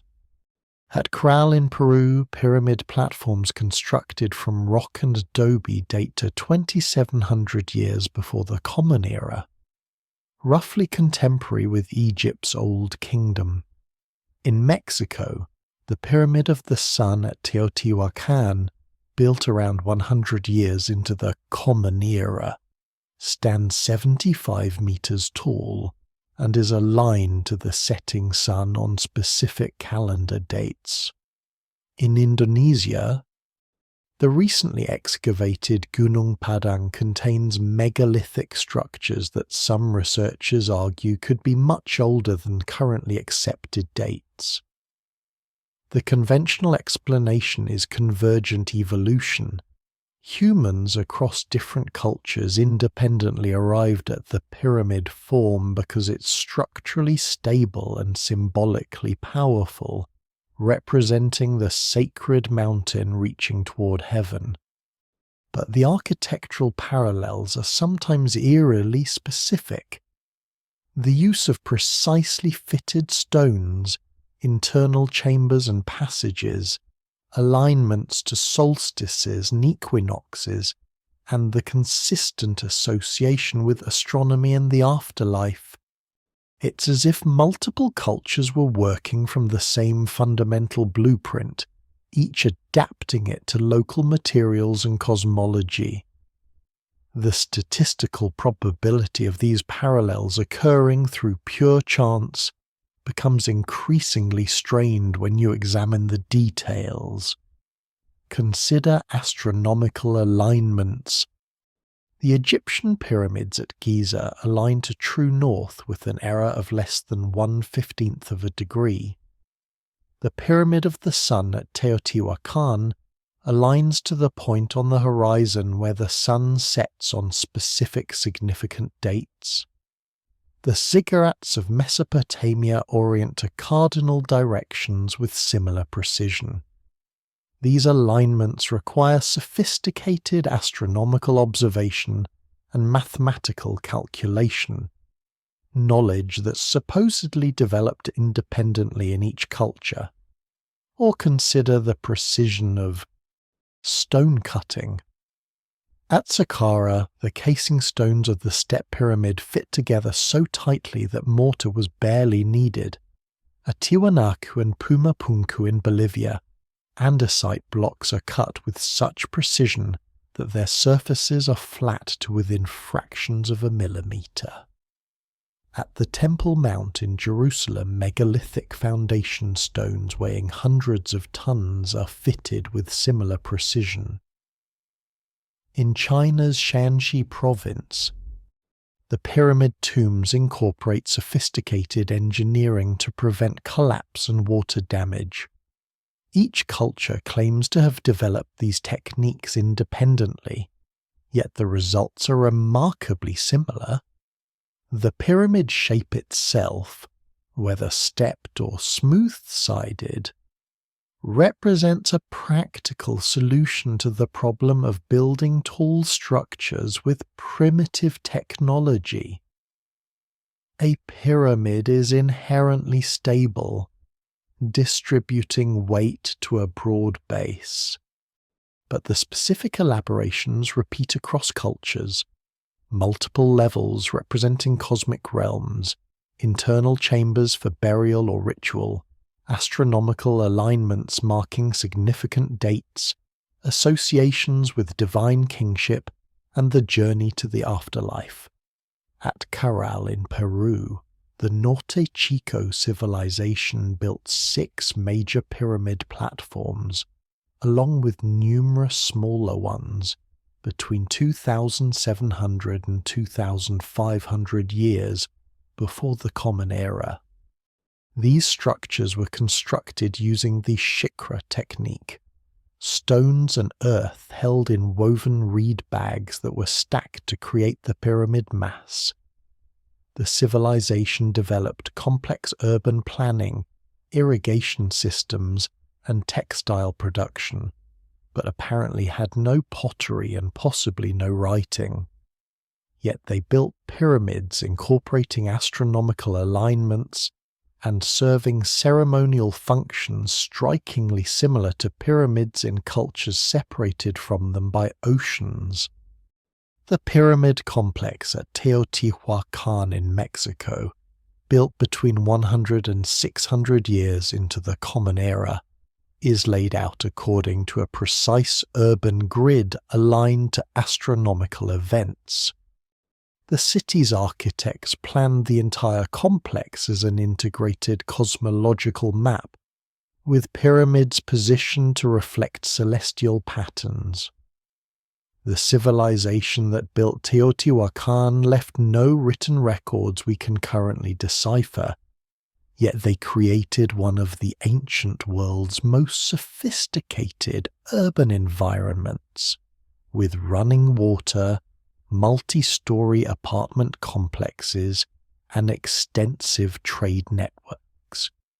In Indonesia, the megalithic site of Gunung Padang has become controversial because some researchers argue its deepest layers could date to much earlier than previously assumed, perhaps to before 10,000 years ago.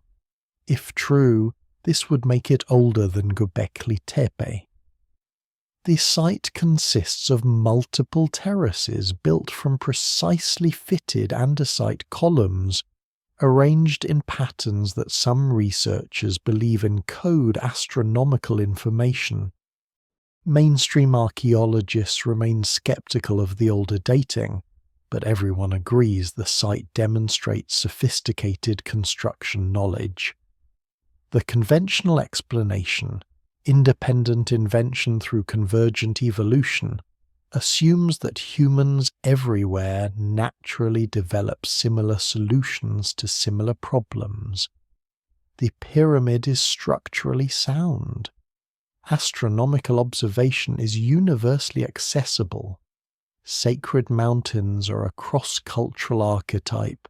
These are valid points. But they don't fully account for the specific architectural details that repeat. The use of massive, precisely fitted stones, when smaller stones would be structurally sufficient. The incorporation of internal chambers and passages, when solid pyramids would be simpler to build. The consistent astronomical alignments requiring sophisticated observation and mathematics. An alternative explanation, suggested by researchers like Graham Hancock and others, is that these civilizations inherited architectural knowledge from a common source. either through ancient maritime contact networks more extensive than currently acknowledged, or through inheritance from an earlier global civilization that developed before recorded history and was destroyed by catastrophe, leaving only fragments of its knowledge preserved by survivors who passed it to later cultures. The archaeological mainstream rejects this hypothesis, pointing to lack of physical evidence for such a global precursor civilization. But the hypothesis attempts to explain a real pattern. Pyramid building appears across the globe in a relatively narrow window of historical time, incorporating sophisticated knowledge that supposedly developed independently in each location, following architectural principles that are sometimes remarkably specific, despite the vast distances separating the cultures. And woven through all these pyramid-building cultures is one more common thread: flood myths describing a world-destroying deluge that ended a previous age and forced survivors to rebuild civilization from fragments. Nearly every Mesopotamian text that mentions the Anunnaki also references a catastrophic flood that divided history into before and after. The Sumerian Eridu Genesis, the Akkadian Atrahasis epic, and the flood narrative in the Epic of Gilgamesh all describe the Anunnaki as decreeing or surviving a deluge that destroys humanity.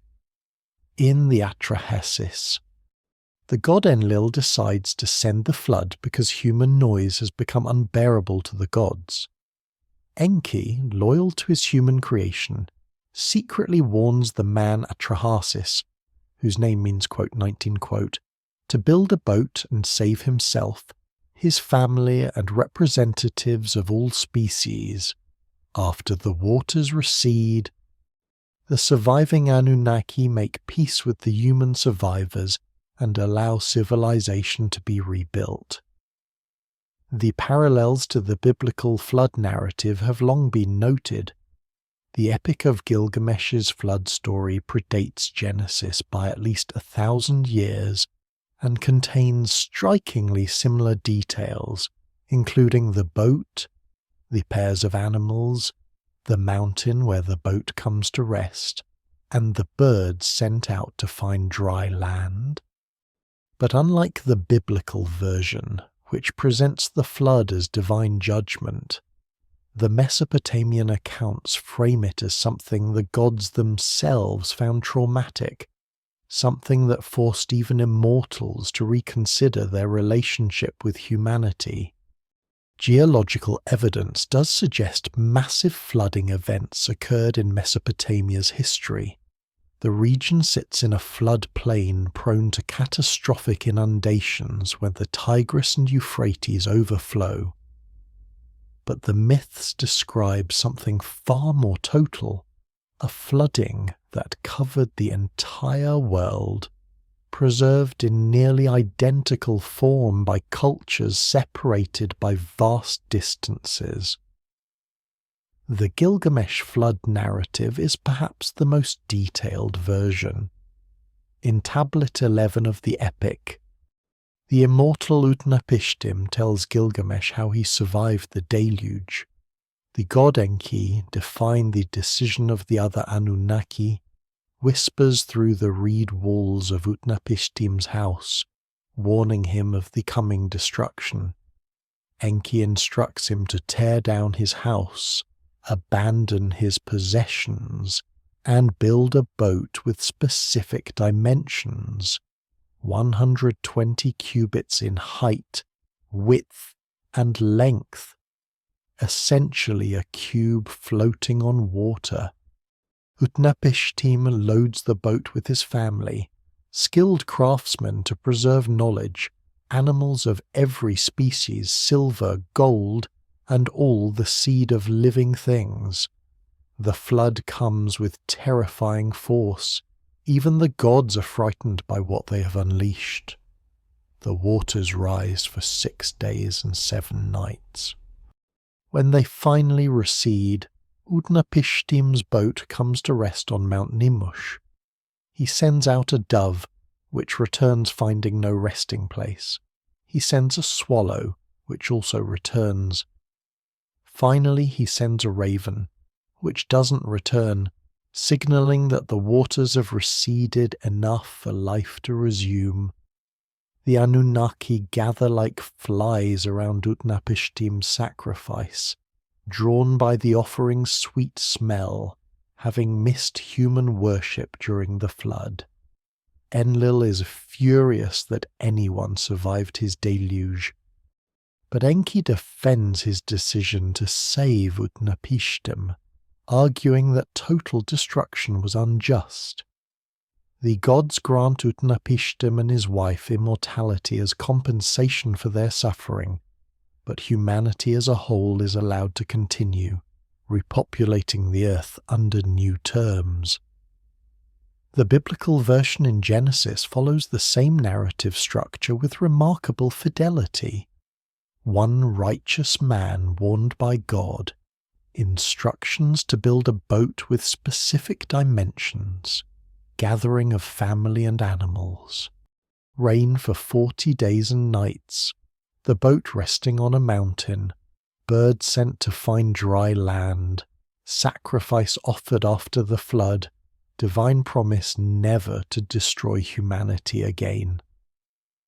The parallels are so specific that scholars universally accept that the biblical account derives from Mesopotamian sources, probably transmitted during the Babylonian exile in the 6th century before the Common Era.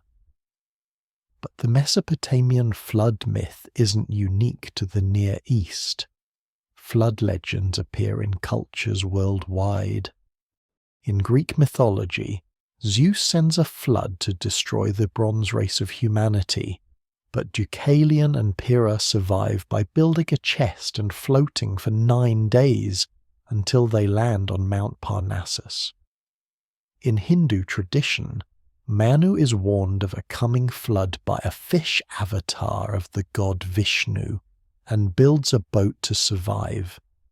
In Chinese mythology, Gun and his son Yu tame the great flood that covered the earth.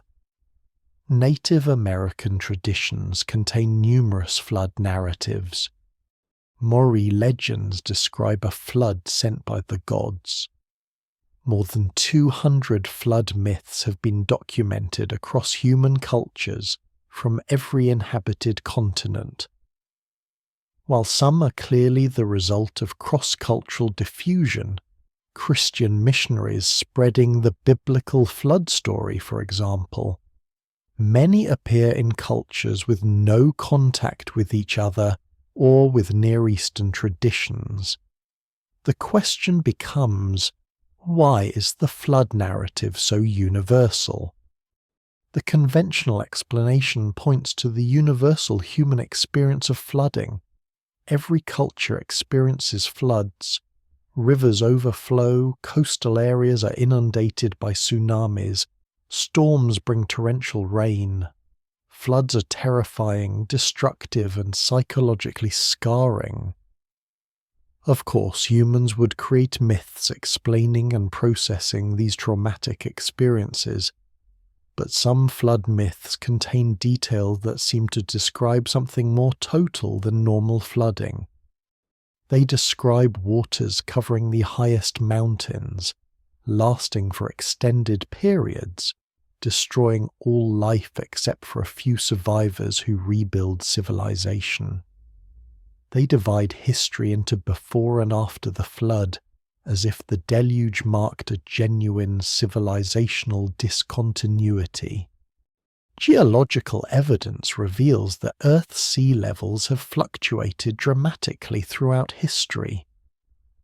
At the end of the last ice age, approximately 11,700 years ago, massive amounts of glacial ice melted, raising sea levels by more than 120 meters over several thousand years.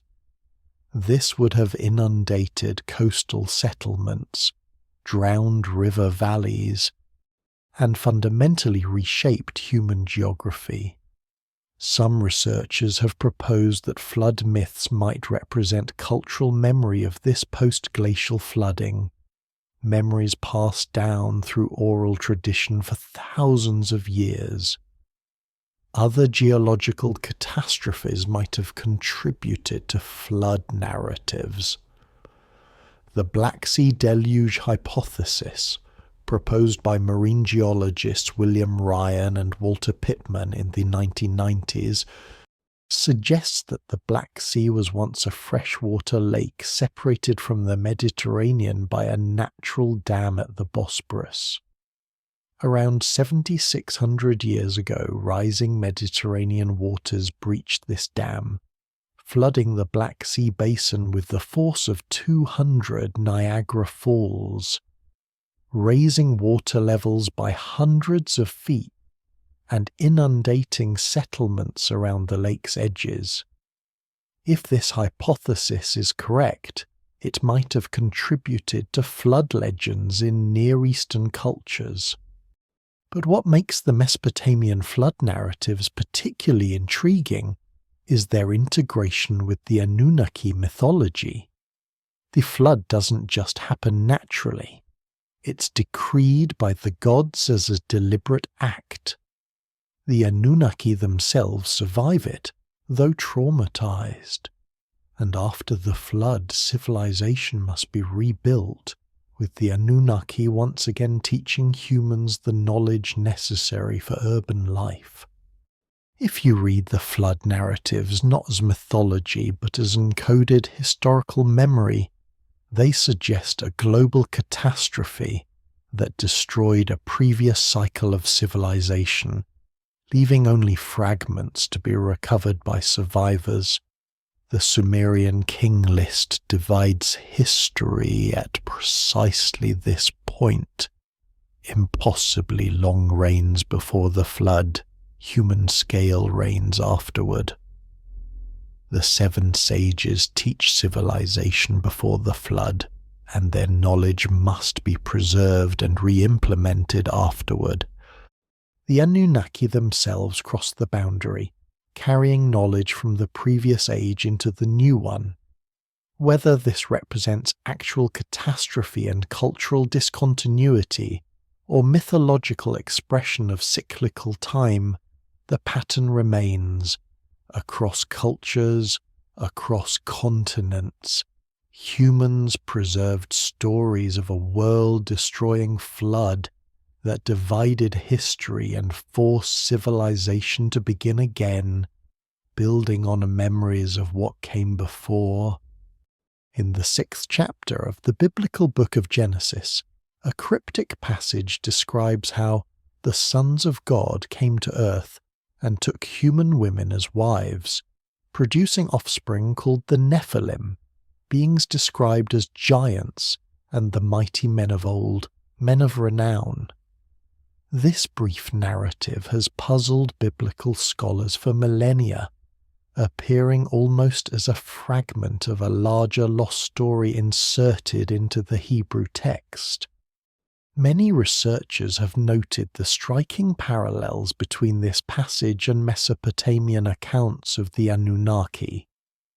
In both traditions, divine or semi-divine beings descend to Earth, interact with humans, produce hybrid offspring, and are eventually involved in a cataclysmic flood. The Hebrew word Nephilim has uncertain etymology, but is often connected to the Hebrew root nephal, meaning to fall, suggesting the fallen ones, those who fell from heaven to earth, an echo of the Anunnaki's defining characteristic of descending from the sky.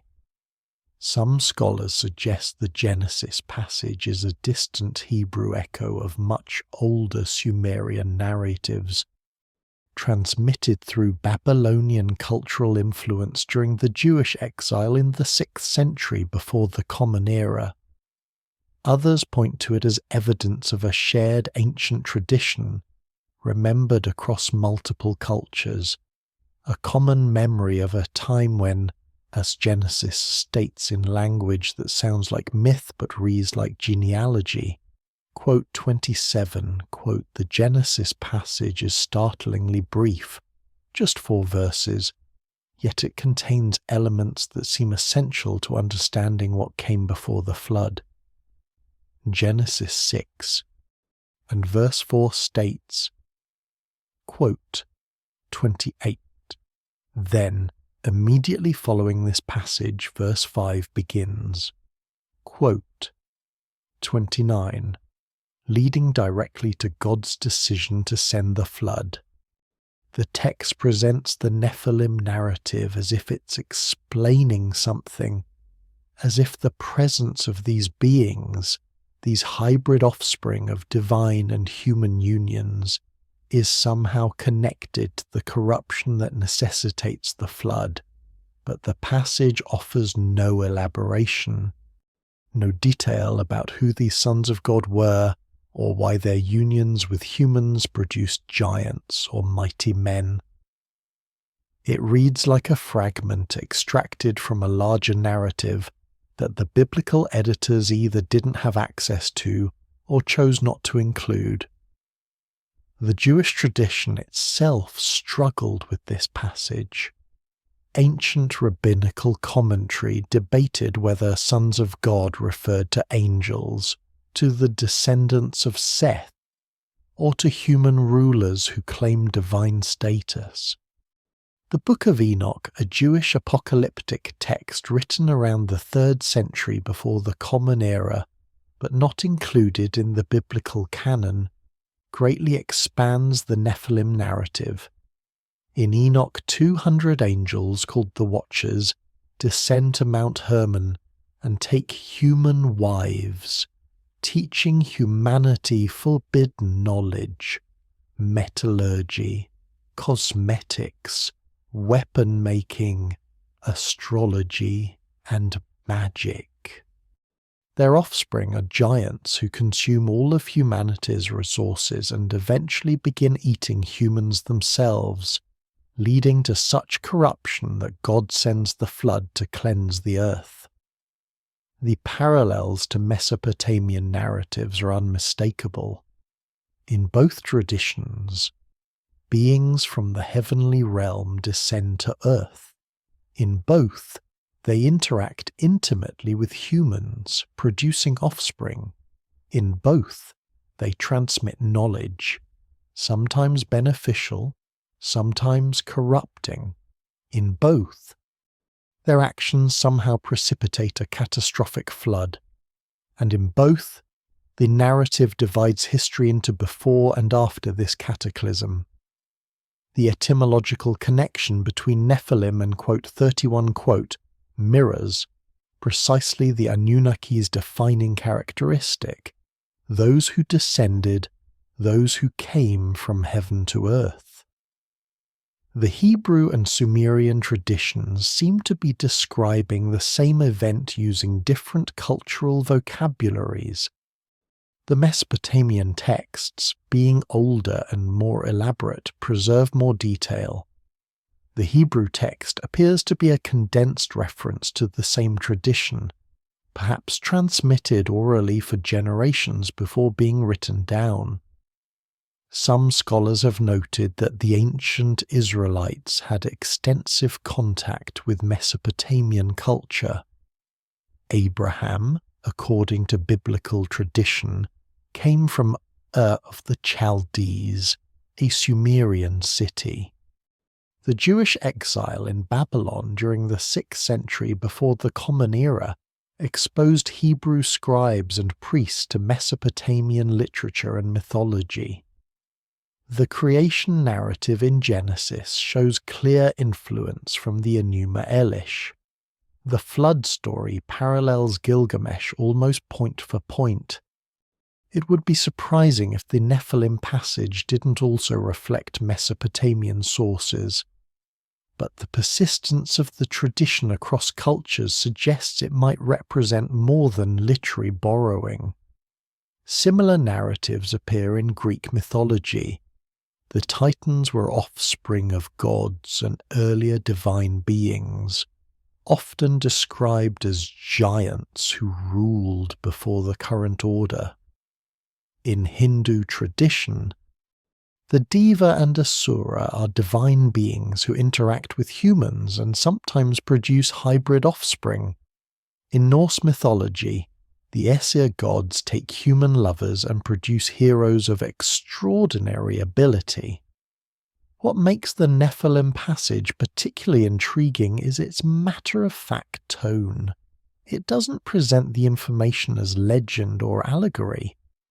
It states it as fact, as part of the genealogical record, as if documenting actual history. The Nephilim were on the earth in those days. The language is declarative, historical, preserving a memory of a time when beings existed who were neither fully divine nor fully human, a time when the boundary between heaven and earth was permeable in ways it no longer is.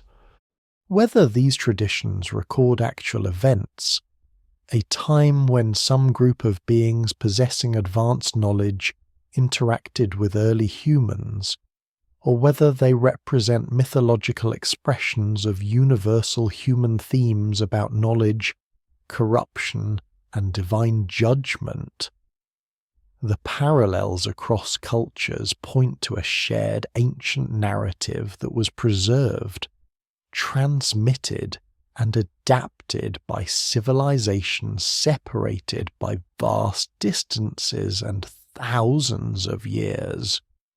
And at the center of that narrative, whether in Mesopotamian or Hebrew form, is the act of creation itself, the making of humanity by those who came from elsewhere.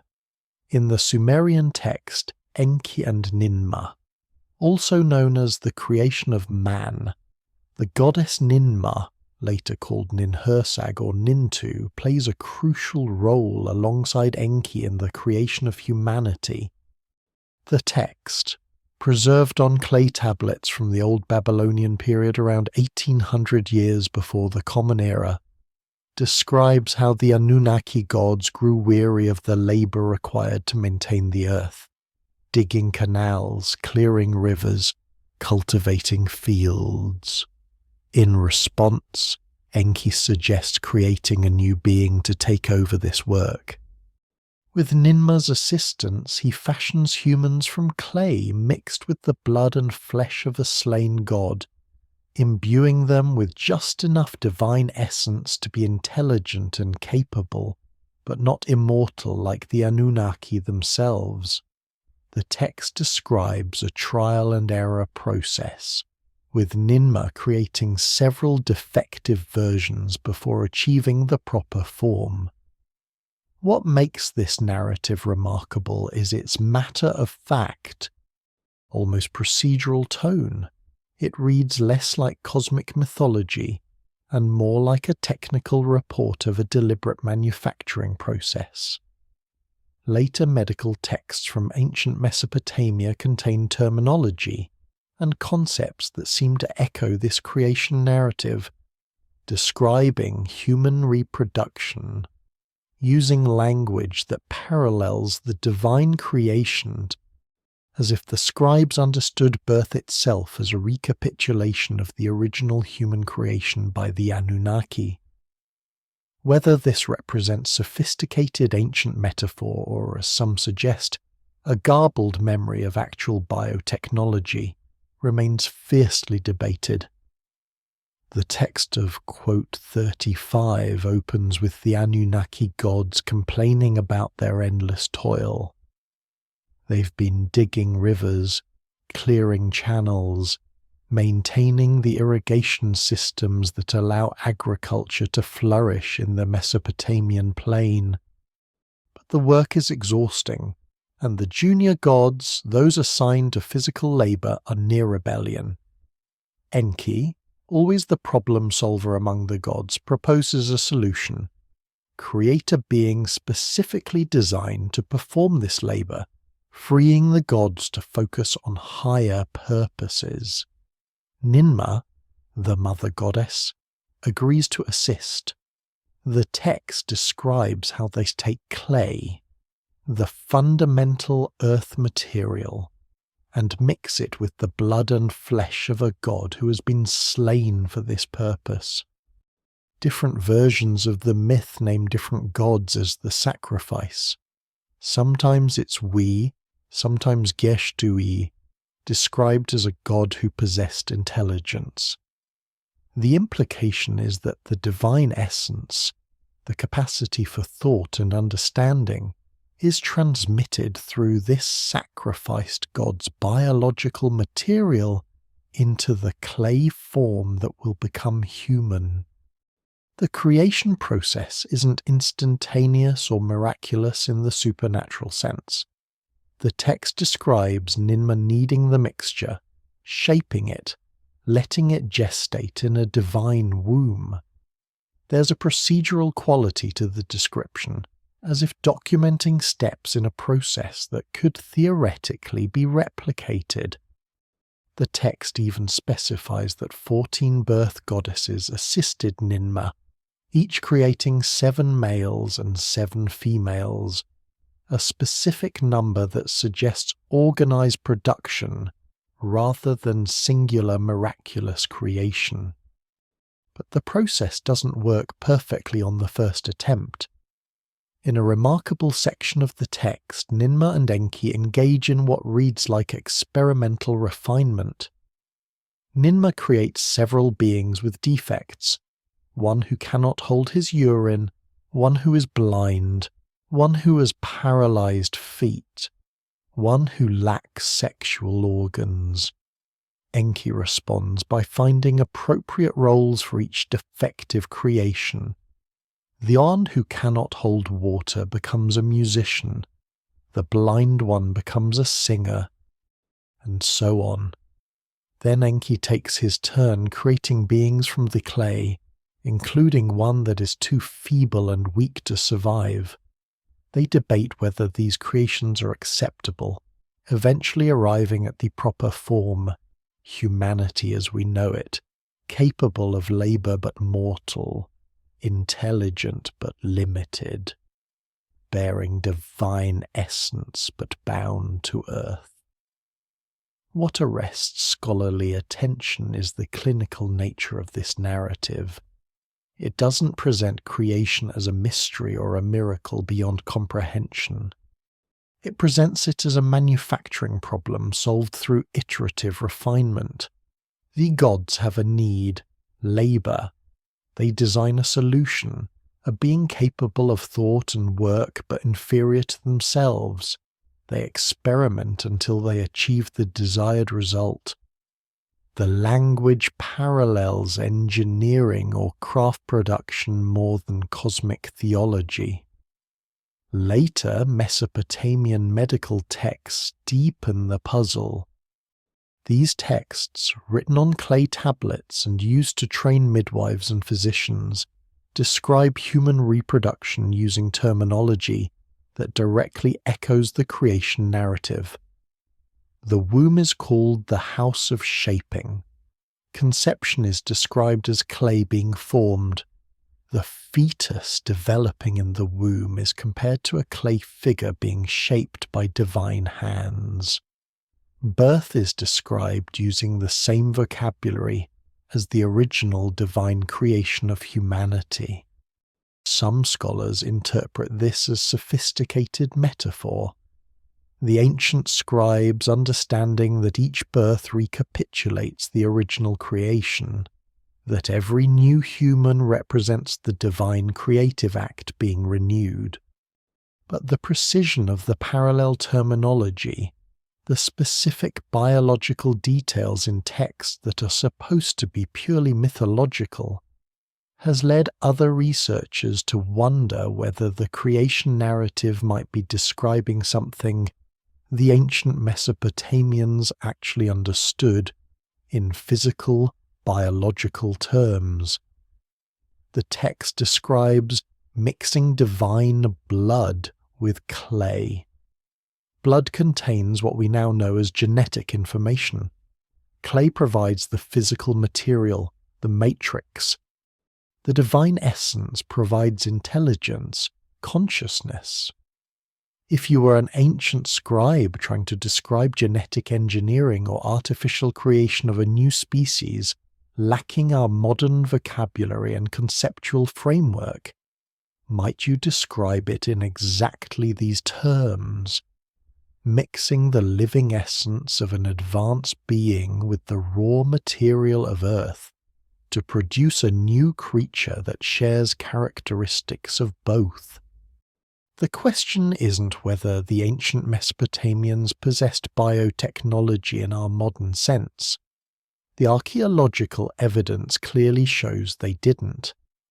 The question is whether this narrative might preserve a memory, however garbled and mythologized, of a time when someone did possess such knowledge and used it to create or modify humans, and whether that memory was passed down through generations until it was finally written on clay tablets in language that mixed literal description with theological interpretation. The same question emerges when examining megalithic structures whose precision seems impossible, given the technology supposedly available to their builders. On the Altiplano of Bolivia, at an elevation of 3,900 meters above sea level, the ruins of Puma Punku present an architectural mystery that has defied conventional explanation. Part of the larger Tiwanaku site, Puma Punku consists of a scattered field of precisely cut stone blocks, many weighing several tons, carved with intricate geometric patterns and fitted together with millimeter precision.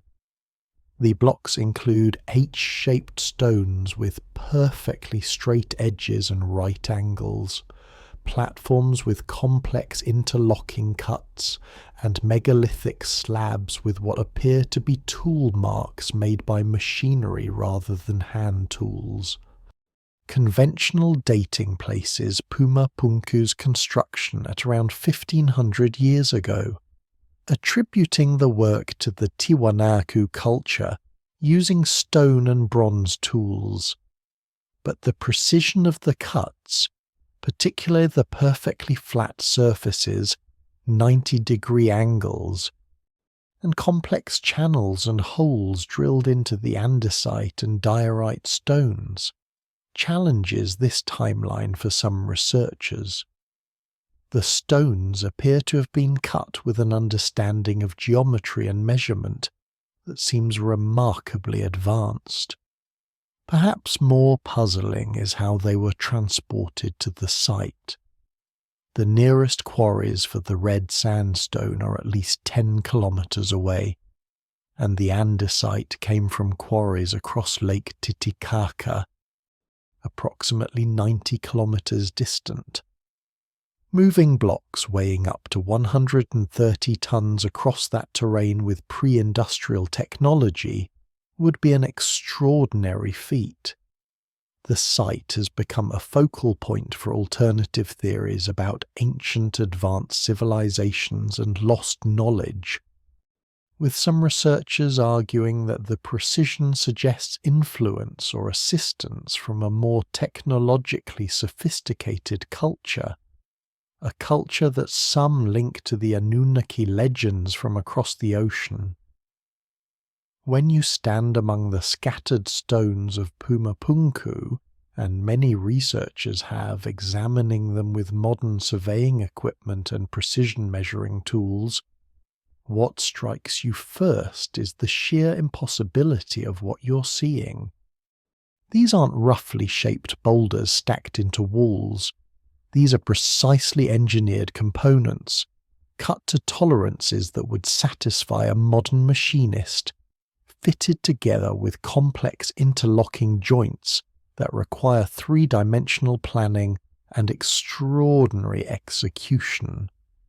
The H-shaped blocks, some weighing several tons, have perfectly flat surfaces. When tested with precision straight edges, the surfaces show no deviation across their entire length. The corners meet at exactly 90 degrees. The channels cut into the stones for interlocking joints are uniform in depth and width, as if cut by guided machinery rather than hand tools. Some blocks show evidence of drilling, perfectly circular holes that penetrate deep into the extremely hard andesite stone, with walls that are smooth and uniform. Andesite is an igneous rock with a Mohs hardness of 6 to 7, harder than the bronze tools the Tiwanaku culture is known to have possessed. To cut and shape andesite with such precision using Bronze Age technology would require stone hammers and hours of patient grinding and polishing. Yet the surfaces at Pumapunku show no evidence of the irregular grinding mark such a process would produce. Instead, they appear to have been cut cleanly, almost as if by saw or machining. The conventional archaeological explanation is that the Tiwanaku culture used bronze and stone tools, combined with abrasive sands, to slowly grind the stones into shape. They may have used measuring strings and right angles made from wood or rope to achieve geometric precision. They transported the stones using log rollers, ropes, and massive labour forces. Given enough time, patience, and organised labour, Bronze Age cultures could achieve remarkable feats. This explanation is reasonable and probably correct for most ancient stoneworking. But at Pumapunku, the precision seems to exceed what would be necessary or even optimal for the structure's function. Why create perfectly flat surfaces and 90-degree angles when approximate flatness and rough angles would be structurally sufficient? Why drill perfectly circular holes deep into the hardest stones when irregular holes would serve the same functional purpose? Why create complex interlocking joints requiring three-dimensional precision when simpler construction methods would produce equally stable structures? The precision seems excessive unless the builders either possessed much more advanced tools than archaeology attributes to them, or they inherited architectural and engineering knowledge from an earlier, more sophisticated culture, or they had assistance from someone with access to such knowledge. The transportation question deepens the mystery. The red sandstone blocks, weighing up to 40 tons, came from quarries at least 10 kilometers away.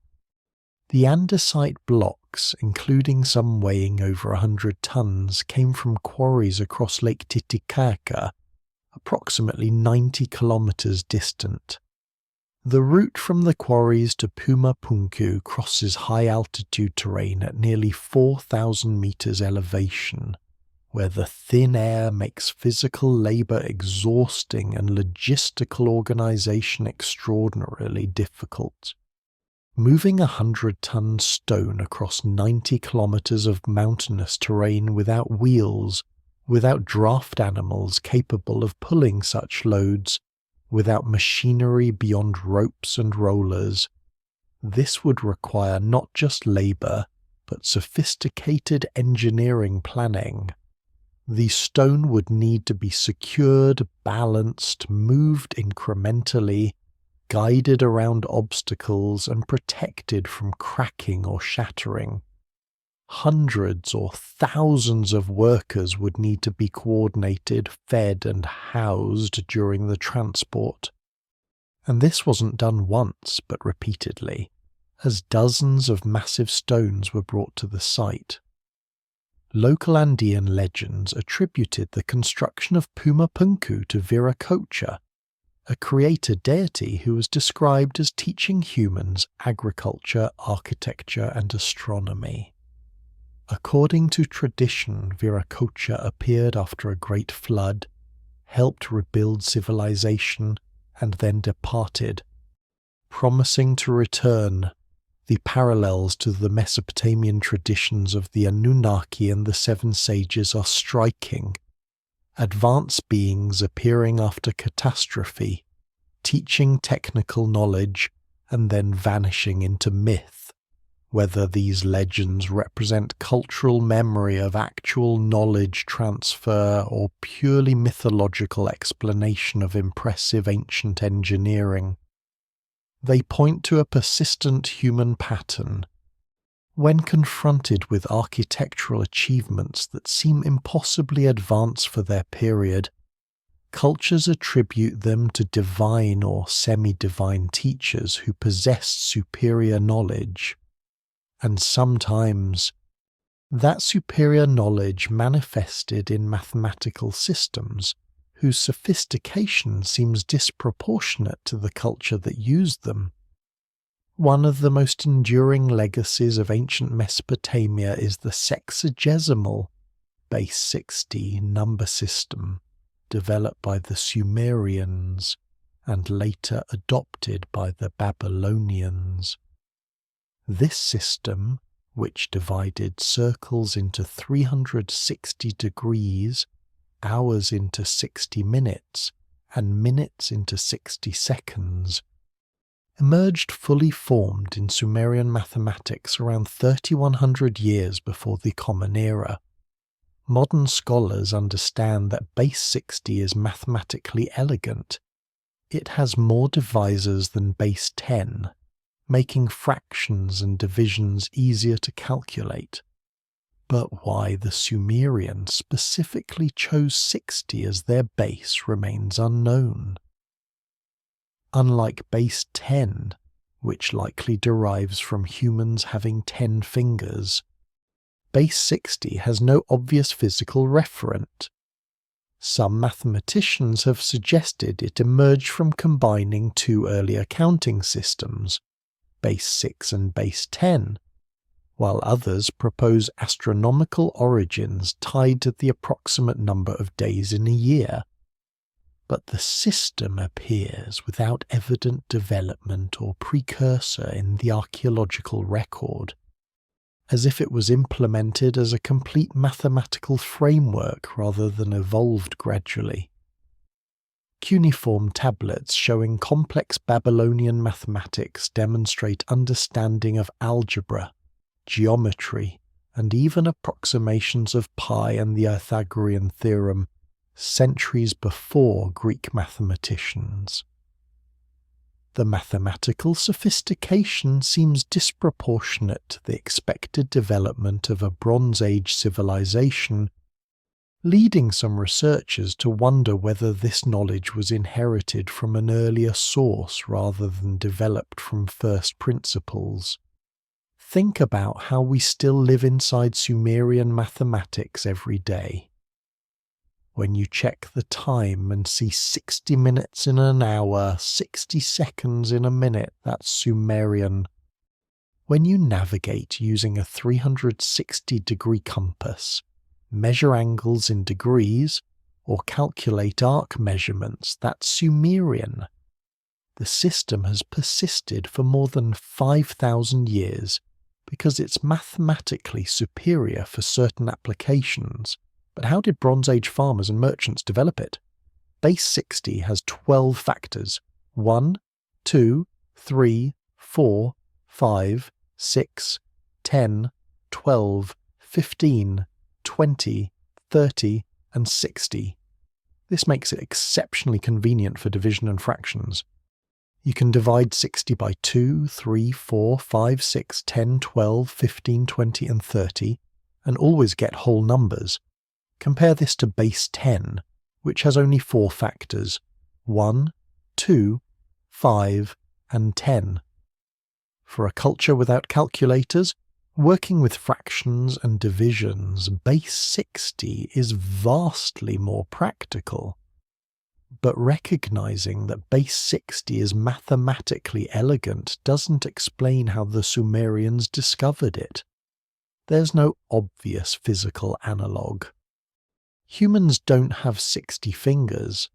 The lunar month is approximately 29.5 days, not 60. The solar year is approximately 365 days, not 360.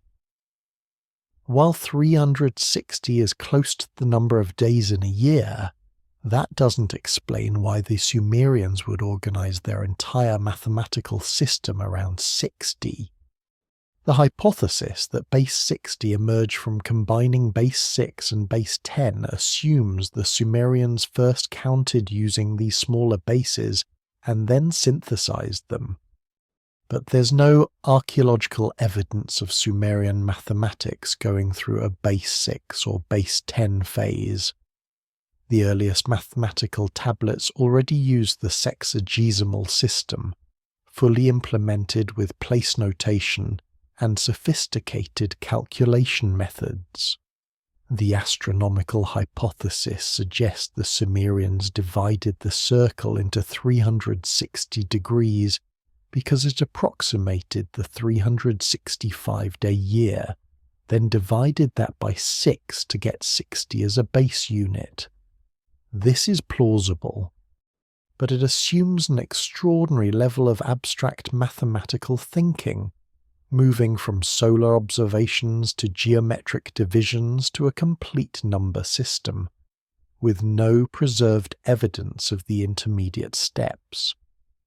What we have instead is the system appearing complete in the earliest texts, already being used for complex calculations. Cuneiform tablets from the Old Babylonian period, approximately 20 to 1600 years before the Common Era, show mathematics that wouldn't be out of place in a modern algebra class. Tablet Y BC 7289 held at Yale University contains a list of Pythagorean triples, sets of 3 numbers that can form right triangles, calculated using methods that demonstrate understanding of the relationship, later codified as the Pythagorean theorem, more than 1,000 years before Pythagoras was born.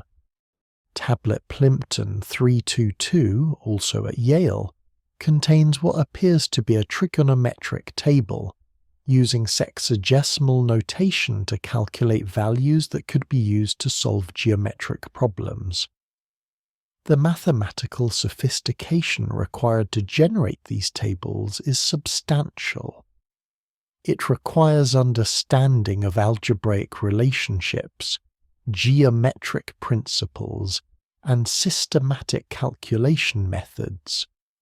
Other tablets show calculations of areas and volumes, solutions to quadratic equations, approximations of square roots, and even what might be early calculus concepts involving rates of change.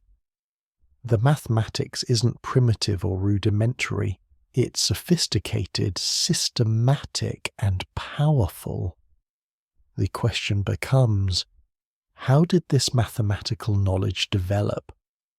Did the Sumerians slowly experiment, gradually discovering mathematical relationships through practical problem-solving over many generations? Or did they inherit a mathematical system from an earlier source? Perhaps the legendary 7 sages who supposedly taught all the arts of civilization, or the Anunnaki, who according to myth organized the cosmos using precise measurements and geometric divisions. The Mesopotamian texts themselves claim their mathematical knowledge came from the gods. In various myths, Enki or other Anunnaki are credited with establishing measurement systems, organizing time, dividing the heavens into sections. Whether this represents myth explaining the origin of technical knowledge or memory of actual knowledge transmission, the pattern remains. Sophisticated mathematics appears suddenly, fully formed without clear developmental precursors, and that same pattern of sophisticated astronomical knowledge appearing fully developed extends to civilizations far from Mesopotamia. In the Temple of Hathor at Dendera, Egypt, a remarkable astronomical ceiling relief depicts what appears to be a complete zodiac, carved during the Ptolemaic period around 50 years before the Common Era. The Dendera zodiac shows the familiar constellations arranged in a circular pattern, incorporating both Egyptian and Mesopotamian astronomical traditions. The presence of Mesopotamian zodiacal concepts in Egyptian temple architecture demonstrates the exchange of astronomical knowledge across ancient Near Eastern cultures. But what makes the Dendera ceiling particularly intriguing is the precision of its astronomical alignments and its apparent depiction of precession, the slow wobble of Earth's axis that causes the position of the stars to shift gradually over thousands of years, completing one full cycle approximately every 26,000 years. Some researchers argue that the arrangement of constellations in the Dendera zodiac suggests knowledge of astronomical positions from much earlier periods, perhaps encoding information about stellar positions from millennia before the Ptolemaic period when the relief was carved. This has led to speculation that ancient astronomers were preserving knowledge handed down from earlier epochs, knowledge that both Egyptian and Mesopotamian civilizations traced back to the same primordial source. In Mesopotamian astrology, the Anunnaki were closely associated with the stars and planets. Each major deity was linked to a celestial body, and the movements of these bodies were interpreted as manifestations of divine will. If the Anunnaki were, as some traditions suggest, those who taught astronomy to humanity, might that teaching have included knowledge of precession and long-term stellar cycles that took thousands of years of observation to discover? The Dendera zodiac was removed from the temple ceiling by French archaeologists in 1821 and now resides in the Louvre Museum in Paris. It's a circular sandstone relief approximately 2.5 meters in diameter, showing the night sky as the ancient Egyptians understood it. The relief depicts the 12 zodiacal constellations familiar from Mesopotamian astrology: Aries, Taurus, Gemini, Cancer, Leo, Virgo, Libra, Scorpio, Sagittarius, Capricorn, Aquarius, and Pisces, alongside uniquely Egyptian constellations and representations of planets.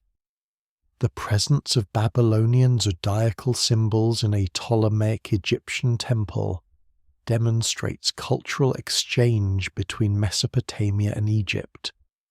By the Ptolemaic period, Egypt was part of the Hellenistic world following Alexander the Great's conquests, and Greek, Egyptian, and Mesopotamian astronomical knowledge had merged into a sophisticated synthesis.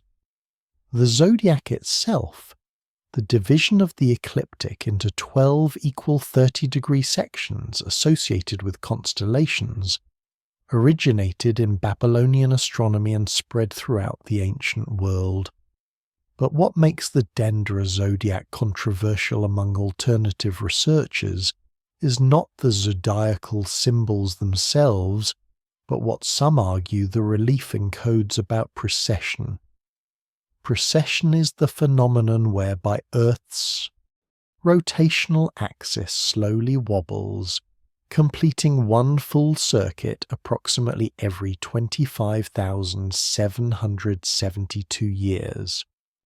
This wobble causes the position of the stars to shift very gradually relative to Earth's orientation.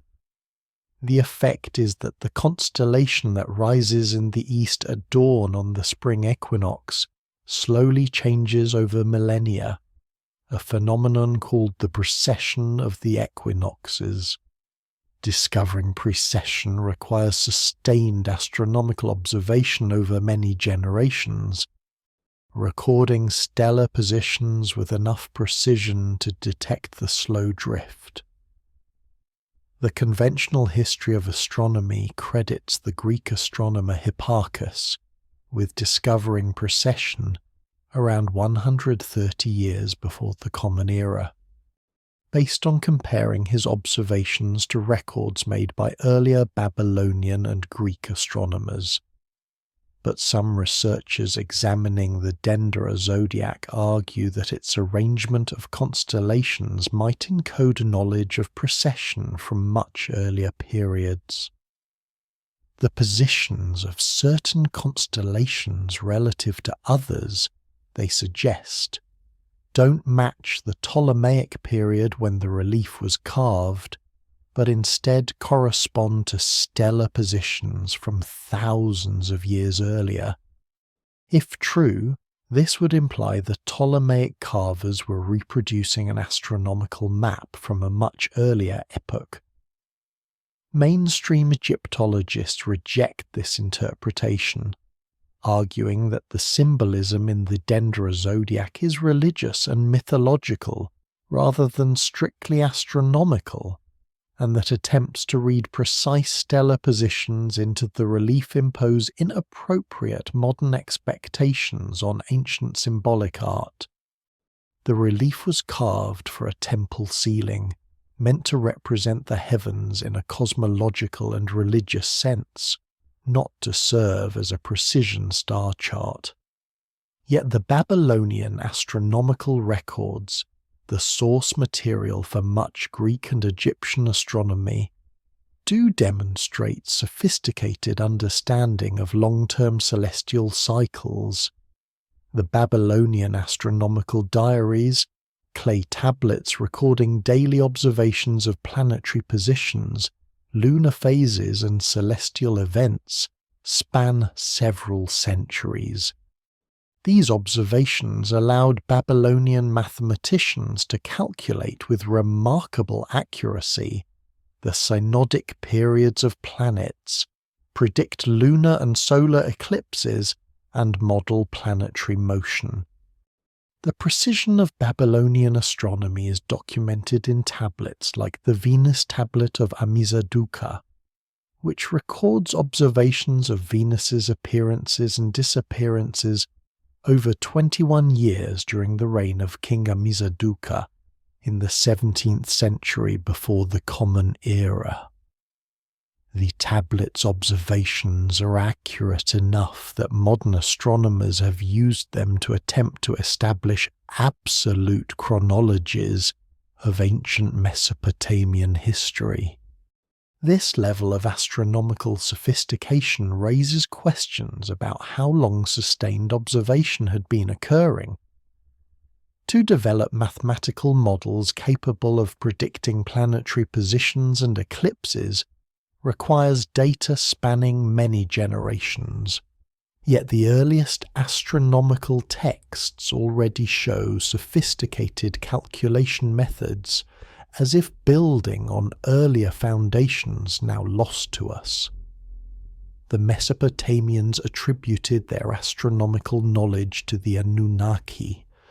Each major deity was associated with a celestial body, and with the stars themselves, Enlil with the Pleiades, Ea or Enki with the southern constellations, Sin with the moon, Shamash with the sun, Ishtar with Venus, Nergal with Mars, Marduk with Jupiter, and Ninurta with Saturn. The movements of these celestial bodies were interpreted as divine communication, messages from the Anunnaki about fate and fortune. But astronomy wasn't just mystical, it was practical, mathematical, predictive.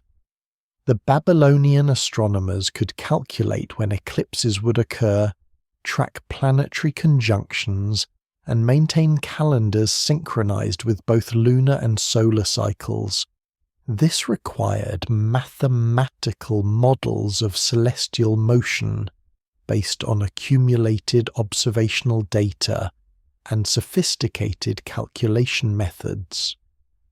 If, as the myths suggest, this knowledge was taught to humanity by the Anunnaki, might those teachers have included information about long-term celestial cycles like precession? Might they have provided astronomical tables and calculation methods based on observations spanning far longer than a single human civilization could accumulate? Might the astronomical knowledge preserved in Babylonian tablets represent not just indigenous development, but also inherited wisdom from teachers who understood the sky with a depth that required millennia of observation to achieve? These questions lead back always to the central mystery. Where did the knowledge come from that appeared so suddenly and completely in ancient Mesopotamia and spread in recognizable forms across the ancient world?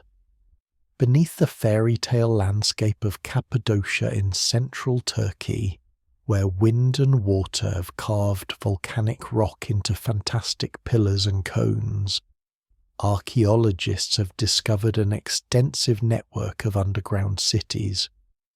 The largest, Derinkuyu, descends at least 8 levels deep, reaching approximately 85 meters below the surface.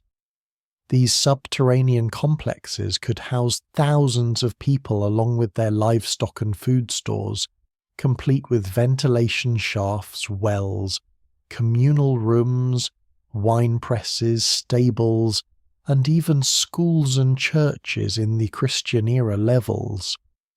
While the visible Christian elements date from the Byzantine period, around the 6th to 10th centuries of the Common Era, many researchers believe the city's original excavation is far older, perhaps as early as the Hittite period around 1400 years before the Common Era, or possibly even earlier.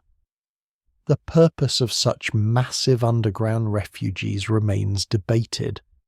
Some scholars suggest they were hiding places during invasions or religious persecutions.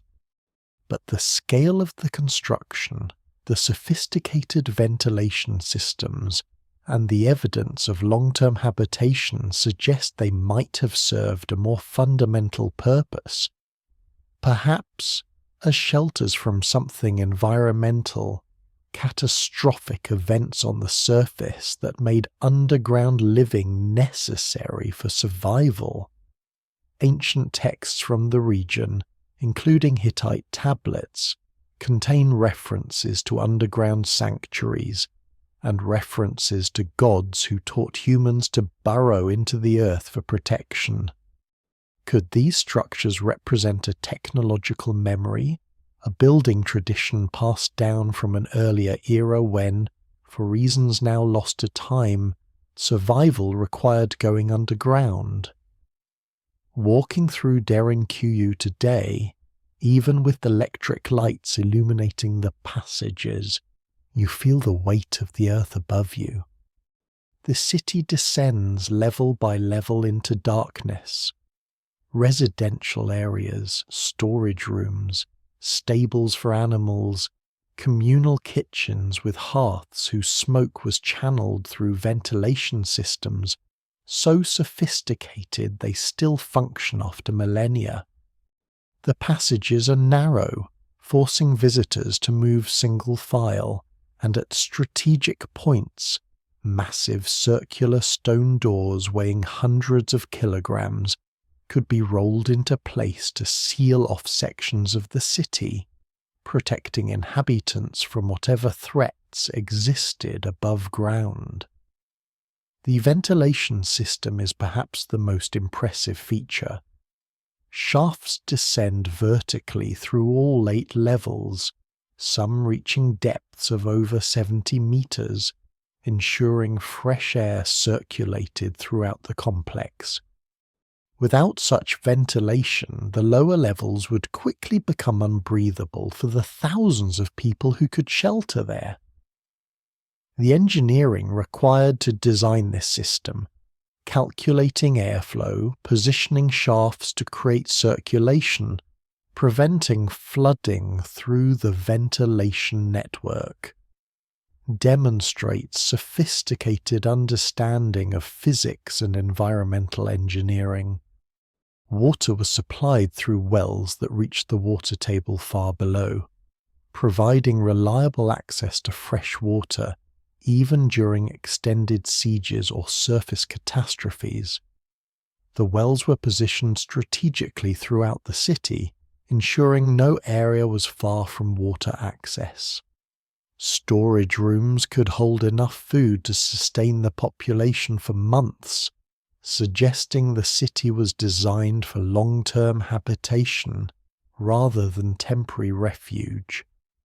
But who carved these cities out of solid rock, and more importantly, why? The conventional explanation focuses on the region's turbulent history. Cappadocia sat at the crossroads of empires, subject to repeated invasions by Persians, Greeks, Romans, Arabs, and Turks. The underground cities provided refuge for local populations during these invasions, allowing them to disappear beneath the earth when armies marched through, emerging only when the danger passed. The Christian communities that inhabited the cities during the Byzantine period certainly used them this way, hiding from Arab raids and religious persecution. The churches, chapels, and religious schools carved into the lower levels testify to extended Christian habitation. But the archaeological evidence suggests the cities were already ancient when Christians began using them, that the excavation of the original chambers predates Christian occupation by many centuries. Some researchers point to the Hittite period as the likely time of original construction.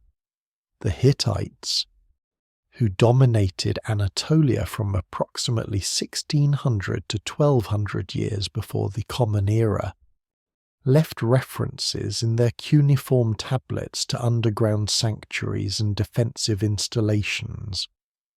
The scale of labour required to excavate cities capable of housing 20,000 people or more would be consistent with the organizational capacity of a major Bronze Age civilization like the Hittites. But even the Hittite dating might be too recent. Some geologists examining the erosion patterns in the passages and the chemical weathering of the rock surfaces have suggested the original excavation could be significantly older, perhaps extending back to the early Bronze Age or even the Neolithic period. The soft volcanic tuff that makes up Cappadocia's rock formations is relatively easy to carve with stone or bronze tools, but it also erodes and weathers at predictable rates. The degree of weathering in the deepest, presumably oldest levels suggests they might have been carved thousands of years before the Hittites arrived. Local Turkish tradition, preserved in folklore and recorded by travellers over the centuries, attributes the underground cities to pre-human inhabitants, giants or ancient peoples who possessed knowledge now lost. Some legends say the cities were built to hide from a great catastrophe that came from the sky, others that they were shelters from a world-destroying flood. These folk traditions echo the same themes found in Mesopotamian texts: catastrophe, refuge, survival, and the preservation of knowledge through periods of destruction. At least 36 underground cities have been discovered in the Cappadocia region, and many archaeologists believe dozens more remain undiscovered beneath the landscape. Some are connected by miles of tunnels, suggesting an integrated network designed to allow movement between refugees without surfacing. The scale of this underground civilization is staggering. Hundreds of thousands of tons of rock excavated, complex multi-level structures created, sophisticated ventilation and water systems engineered, all carved into living stone. Whether these cities represent defensive architecture against human invaders or shelters against some environmental catastrophe, whether they were carved over centuries by successive generations or rapidly excavated during a period of desperate need, they demonstrate that ancient peoples possessed both the motivation and capability to create vast underground refuges, to literally burrow into the earth for survival, preserving themselves and their knowledge beneath the surface until it was safe to emerge again. And like the underground cities carved into rock, there were objects in Mesopotamian mythology that seemed to bridge the physical and the symbolic, devices that granted power to those who possessed them. Throughout Mesopotamian mythology, objects called the Tablets of Destiny appear repeatedly as sources of ultimate power and authority. In the Enuma Elish, the storm god Marduk takes possession of the Tablets of Destiny after defeating the chaos goddess Tiamat, using them to reorganize the cosmos and establish order. In another text, the Anzu bird steals the Tablets of Destiny from the god Enlil, briefly disrupting cosmic order until the hero Ninurta retrieves them. The tablets are described as objects that grant their possessor control over fate itself, the power to decree what shall be, to establish the laws of nature, and to command the other gods. Unlike other magical items in mythology that have clearly symbolic functions, the Tablets of Destiny are described with unusual specificity. They're physical objects, apparently made of stone or clay, inscribed with some form of writing or symbols that convey power when read or possessed. Some researchers have interpreted them as metaphors for written law codes or administrative records, the actual clay tablets on which Mesopotamian civilization depended for governance and record keeping. But others have noted that the myths describe the Tablets of Destiny as having power independent of interpretation, as if they were technological devices rather than simply documents. In a pre-technological culture, how would one describe a data storage device or computer? Might the description be very much like the Tablets of Destiny, objects containing encoded information that grants control over systems and processes to those who possess the knowledge to use them? The myth of Anzu provides the most detailed description of the Tablets of Destiny and their power. In this narrative, Enlil, the chief god, possesses the tablets and uses them to maintain cosmic order. But Anzu, a divine stormbird creature, steals the tablets while Enlil is bathing, fleeing to the mountains with his prize. With the tablets in his possession, Anzu gains power over the other gods. Their commands no longer bind him. Their weapons cannot harm him. The natural order of authority and power has been disrupted. The gods are helpless until Ninurta, the warrior god, volunteers to retrieve the tablets. The battle between Ninurta and Anzu is described in detail in the cuneiform text. Arrows that should strike true are deflected.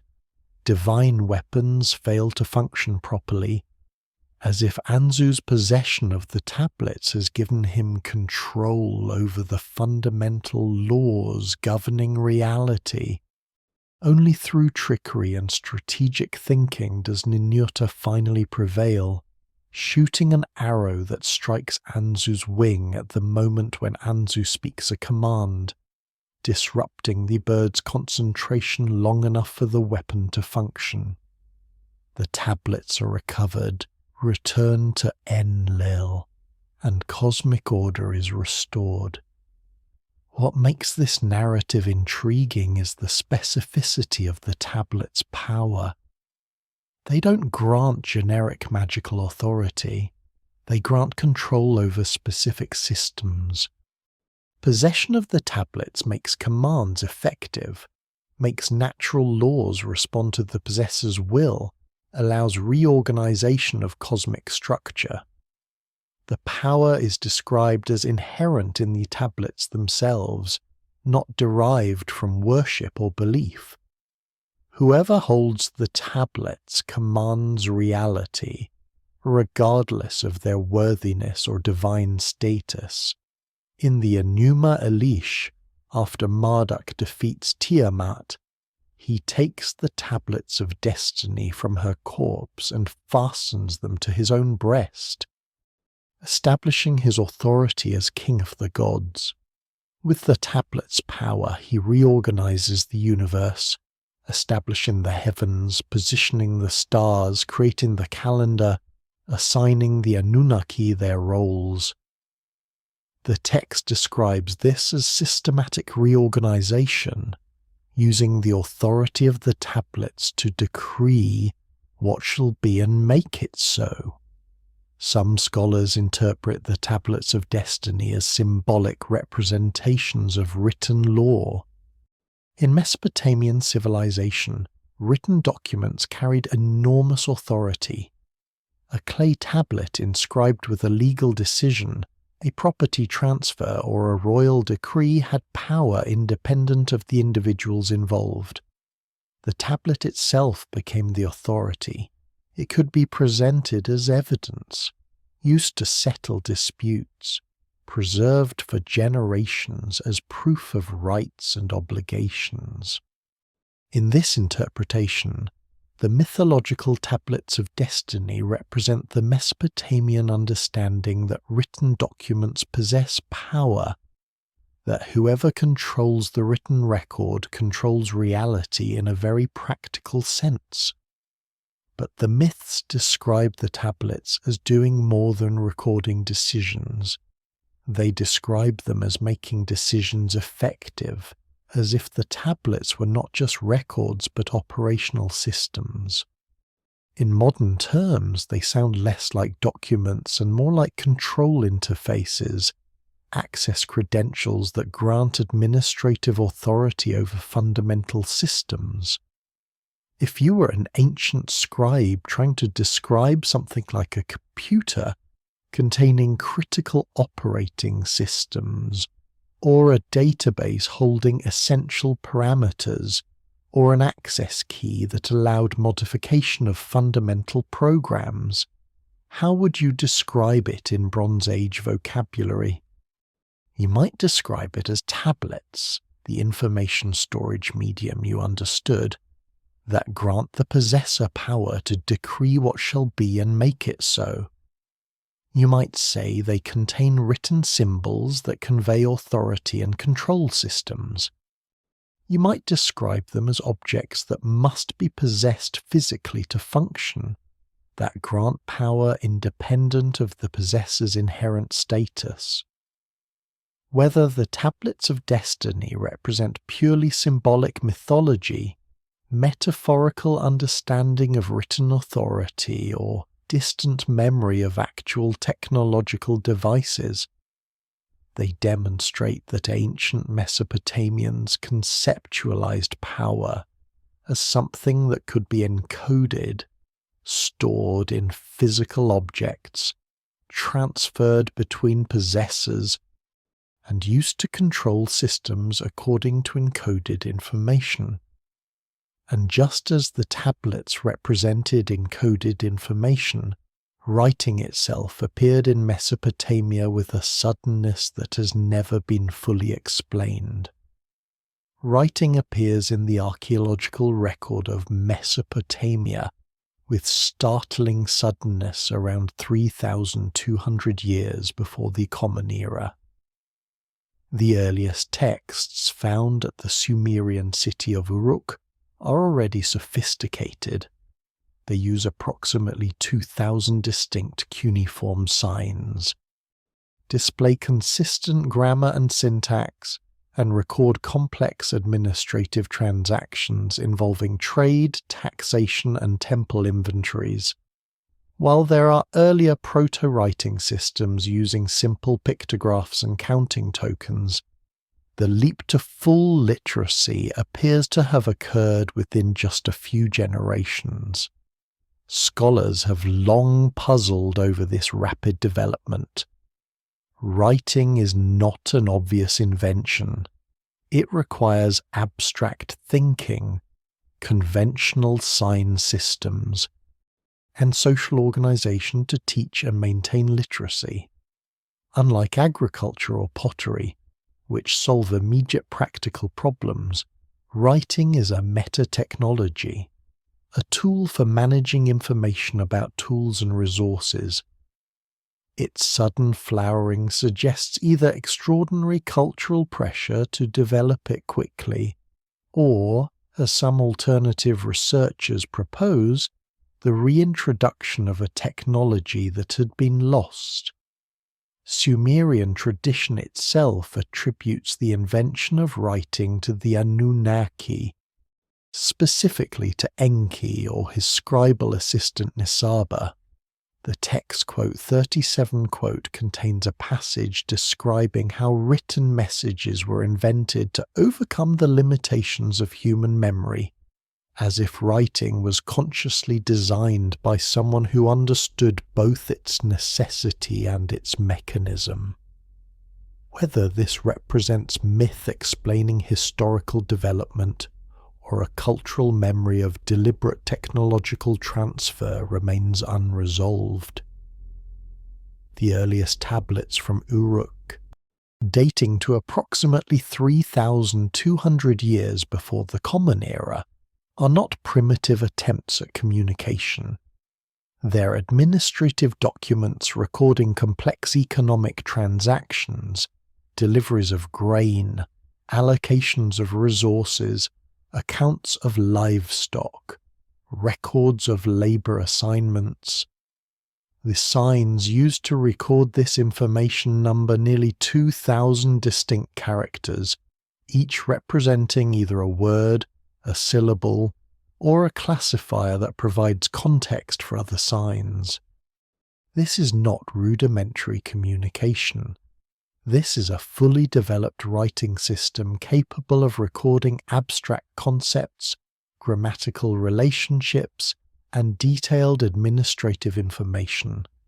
The tablets show consistent spelling conventions, grammatical markers, and organizational structures.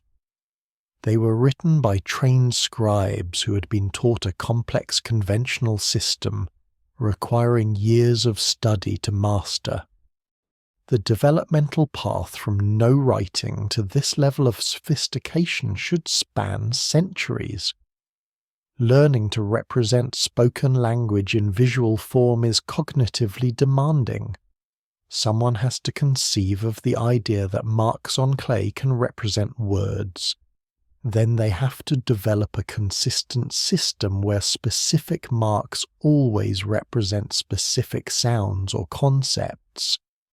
Then that system has to be taught to others, standardized across a community, refined through use, expanded to handle new concepts and grammatical structures. Yet the archaeological evidence suggests this process occurred in perhaps 2 or 3 generations.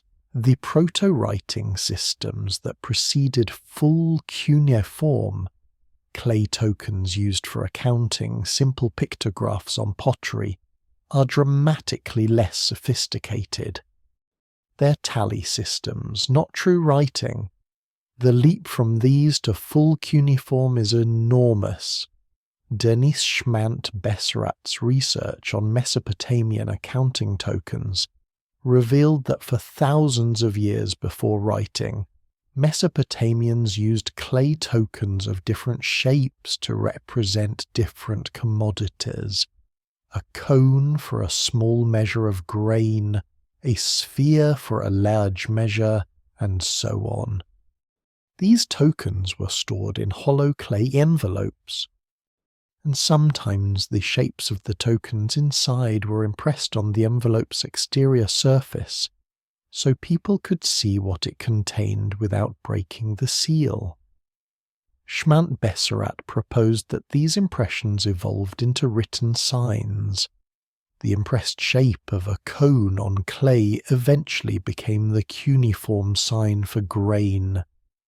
This provides a plausible mechanism for how writing might have originated from accounting practices, but it doesn't explain why, once this evolution began, writing exploded into full sophistication so quickly, or why the earliest actual texts show such grammatical and administrative complexity. The Sumerian epic Enmerka and the Lord of Arata contains a passage that describes the invention of writing as a deliberate act in response to a specific problem. Enmerka, king of Uruk, sends a messenger with a complex verbal message to the Lord of Arata, a distant city.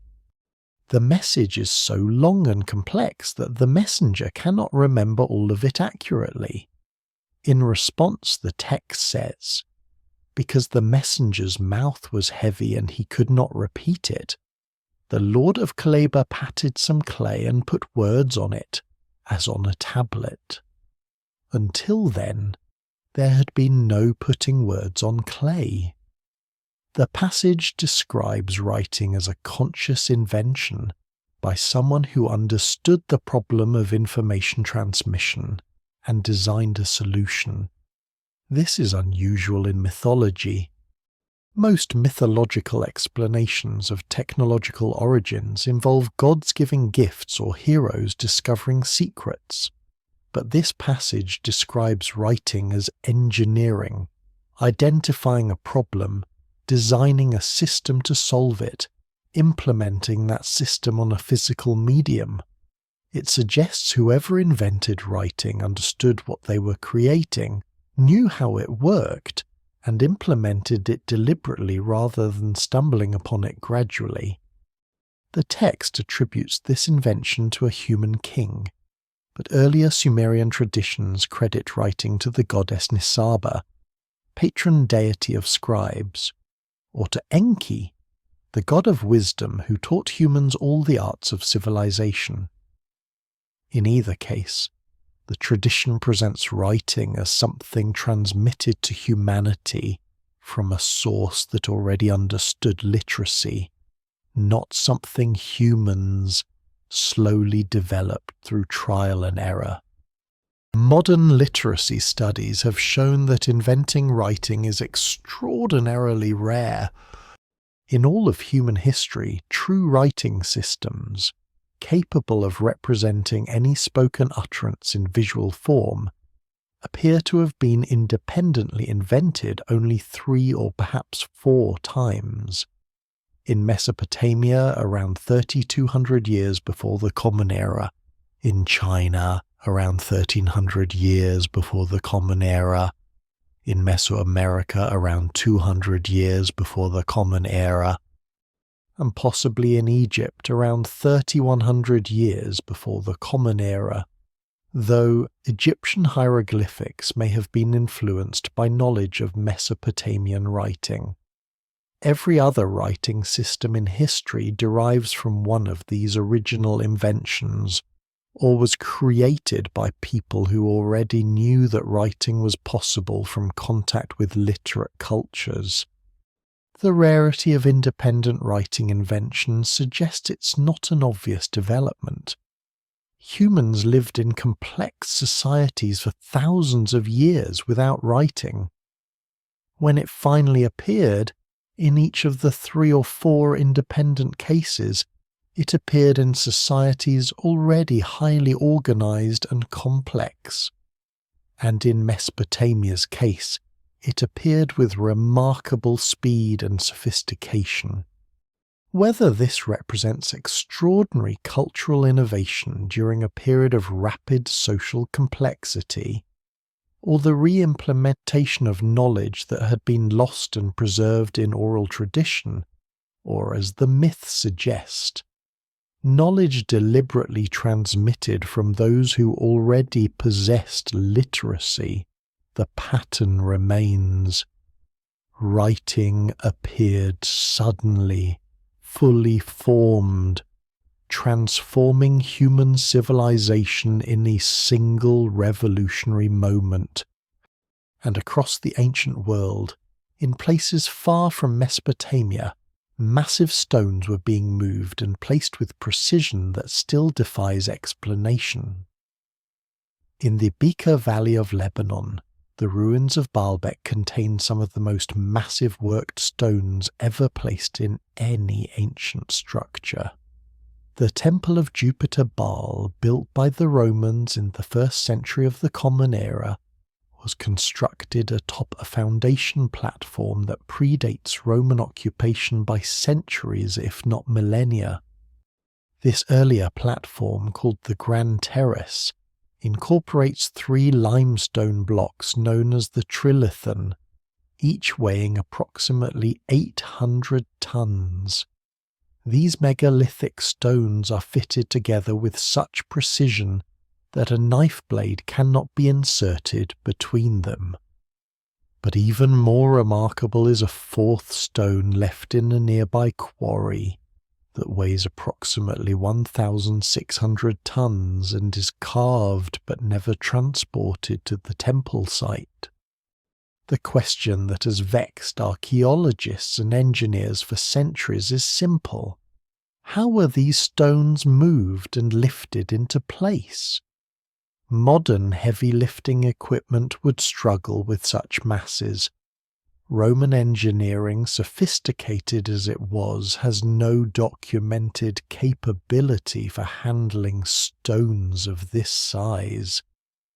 The Romans themselves seem to regard the platform as ancient even in their time, building their temple atop it but not incorporating similar megalithic construction in their own work. Local Lebanese tradition, recorded by Arab historians, attributes the original platform to a race of giants who lived before the flood, or to the biblical Nephilim, or in some versions, to King Solomon commanding Jinn to build a platform for a temple to Baal. These legends, like the stones themselves, point toward a lost construction technology or a forgotten period of human history when moving 1,000-ton stones was within the realm of possibility. Standing before the trilithon at Baalbek, human scale becomes meaningless. Each stone is approximately 19 meters long, 4 meters wide, and 3.5 meters thick, dimensions that make them larger than most modern houses.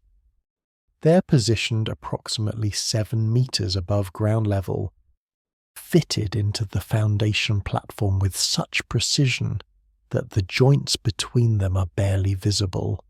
The weight of each stone, 800 tons, is equivalent to more than 600 automobiles.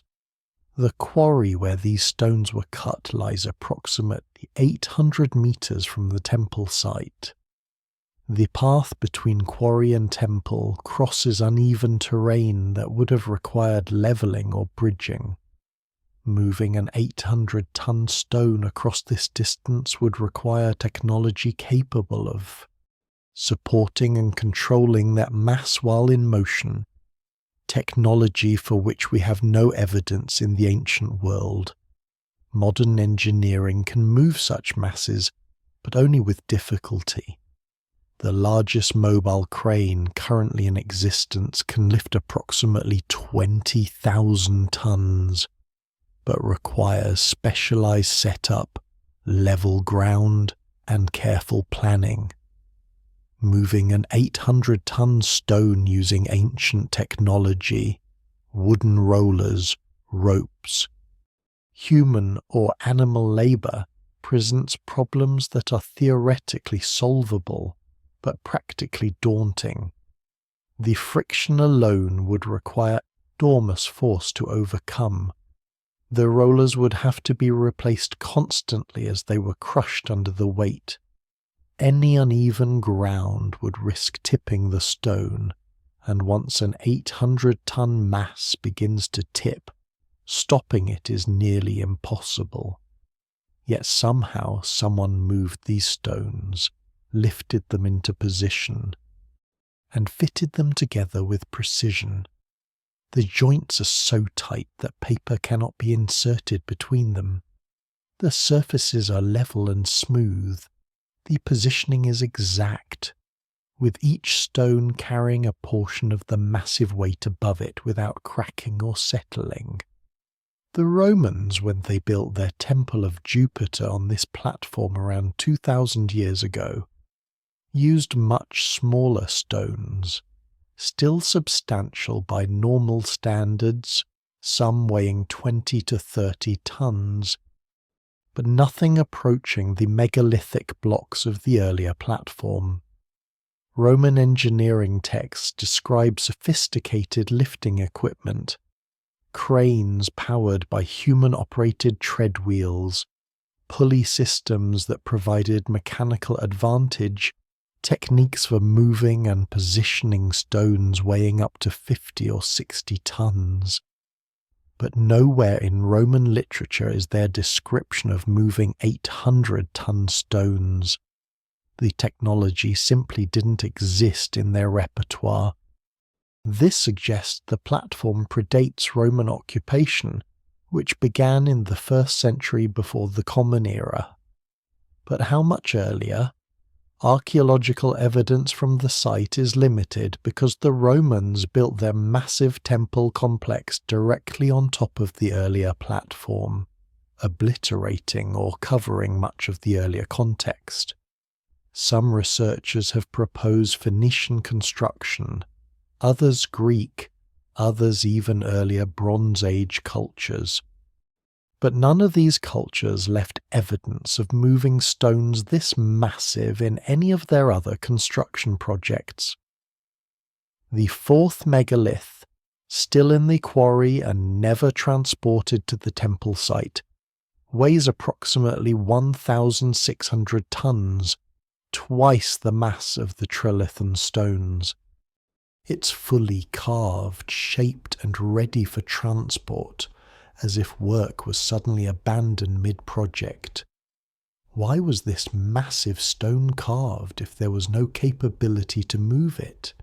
Either the builders had a transportation method they were confident would work with stones this size, or they carved it and only then discovered they couldn't move it, or work was interrupted by some catastrophe before the stone could be transported.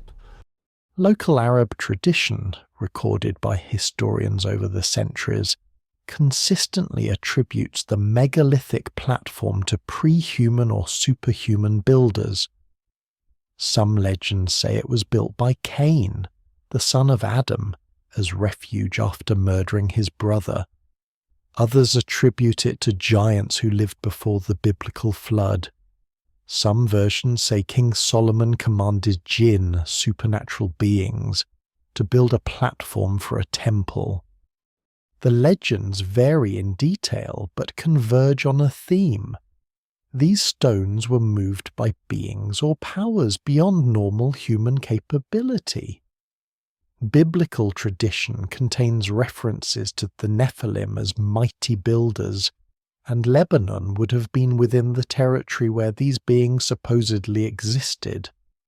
The connection between the megalithic platform, the local legends of giants, and the Mesopotamian traditions of the Anunnaki teaching construction techniques, creates a web of cultural memory suggesting that at some point, knowledge or capability existed that allowed moving stones of this size, knowledge that was later lost but preserved in myths about superhuman builders.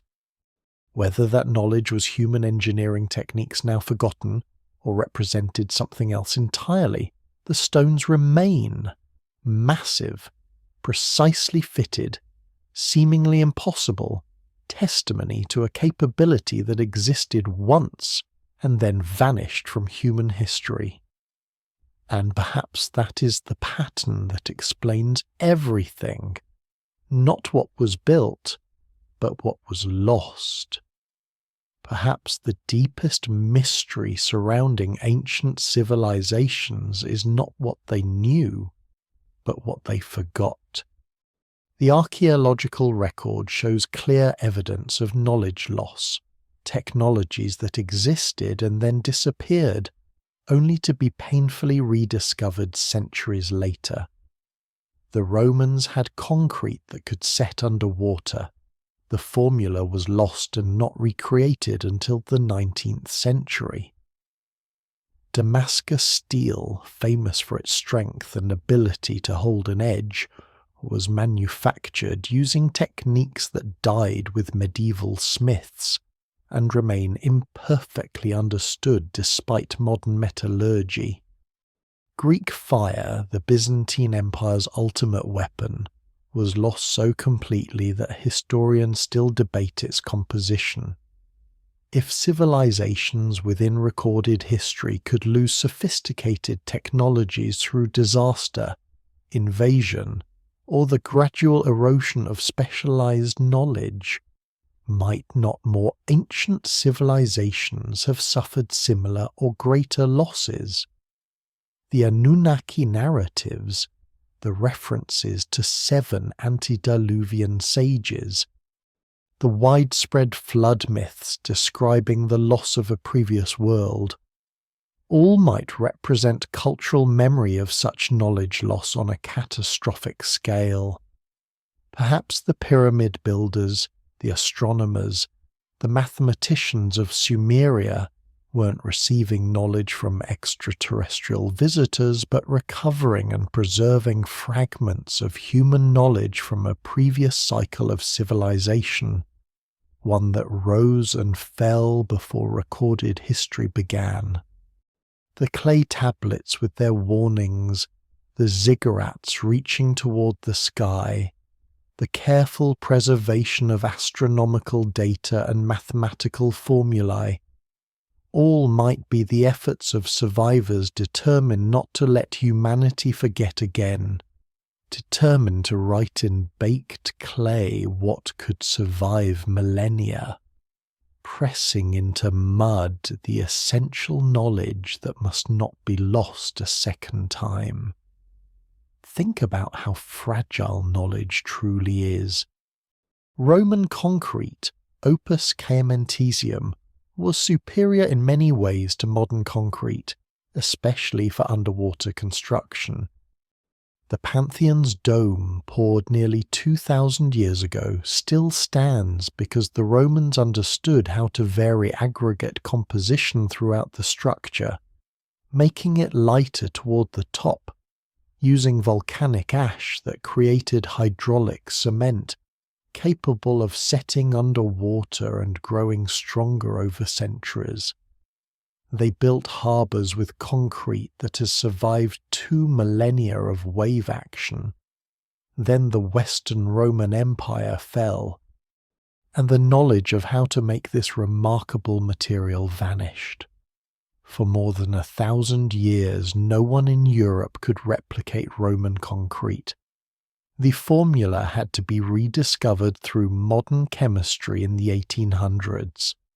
Damascus steel, forged primarily in India and the Middle East, from around 300 to 1700 years into the Common Era, could be honed to incredibly sharp edges that remained sharp far longer than European steel, and the blades showed distinctive wavy patterns in their metal. Modern metallurgists have analysed Damascus steel blades and found they contain carbon nanotubes and carbide nanowires, structures that shouldn't be possible to create without modern nanotechnology. Yet somehow, medieval smiths were creating them through techniques passed down master to apprentice, techniques that relied on specific ore sources and carefully guarded forging methods. When the ore sources were depleted and trade routes disrupted, the knowledge died with the last masters who possessed it. We still don't fully understand how Damascus steel achieved its properties. Greek fire was the Byzantine Empire's secret weapon, a liquid incendiary that burned on water, couldn't be extinguished by conventional means, and struck terror into Byzantine enemies from the 7th century onward. It was deployed through siphons mounted on Byzantine warships, spraying streams of flame that destroyed enemy fleets. The formula was so secret that even within Byzantine government only a few officials knew its composition. When the Byzantine Empire finally fell in 1453, Greek fire's formula was lost completely. Historians and chemists have proposed various compositions, combinations of petroleum, quicklime, sulfur, naphtha, but no one knows for certain. A military technology that dominated Mediterranean warfare for centuries vanished without trace. These losses occurred in recorded history, in literate civilizations with extensive documentation and institutional memory. If such losses can happen in societies with writing, libraries, and universities, imagine what could be lost in preliterate societies, or during catastrophic disruptions, or across the dark ages that follow civilizational collapse. The Bronze Age collapse around 1200 years before the Common Era destroyed most of the great civilizations of the Eastern Mediterranean within a span of 50 years. The Hittite Empire vanished. The Mycenaean civilization collapsed. Trade networks disintegrated. Cities were abandoned. Writing ceased in many regions. The Greek world entered a dark age lasting roughly 400 years, during which literacy was lost and had to be reintroduced from Phoenician sources. Technologies disappeared, artistic techniques were forgotten, administrative systems dissolved. When civilization re-emerged, much of what had been known was gone, preserved only in fragmentary form or in myths that remembered capabilities without understanding how they worked. If this happened within recorded history, might it not have happened before?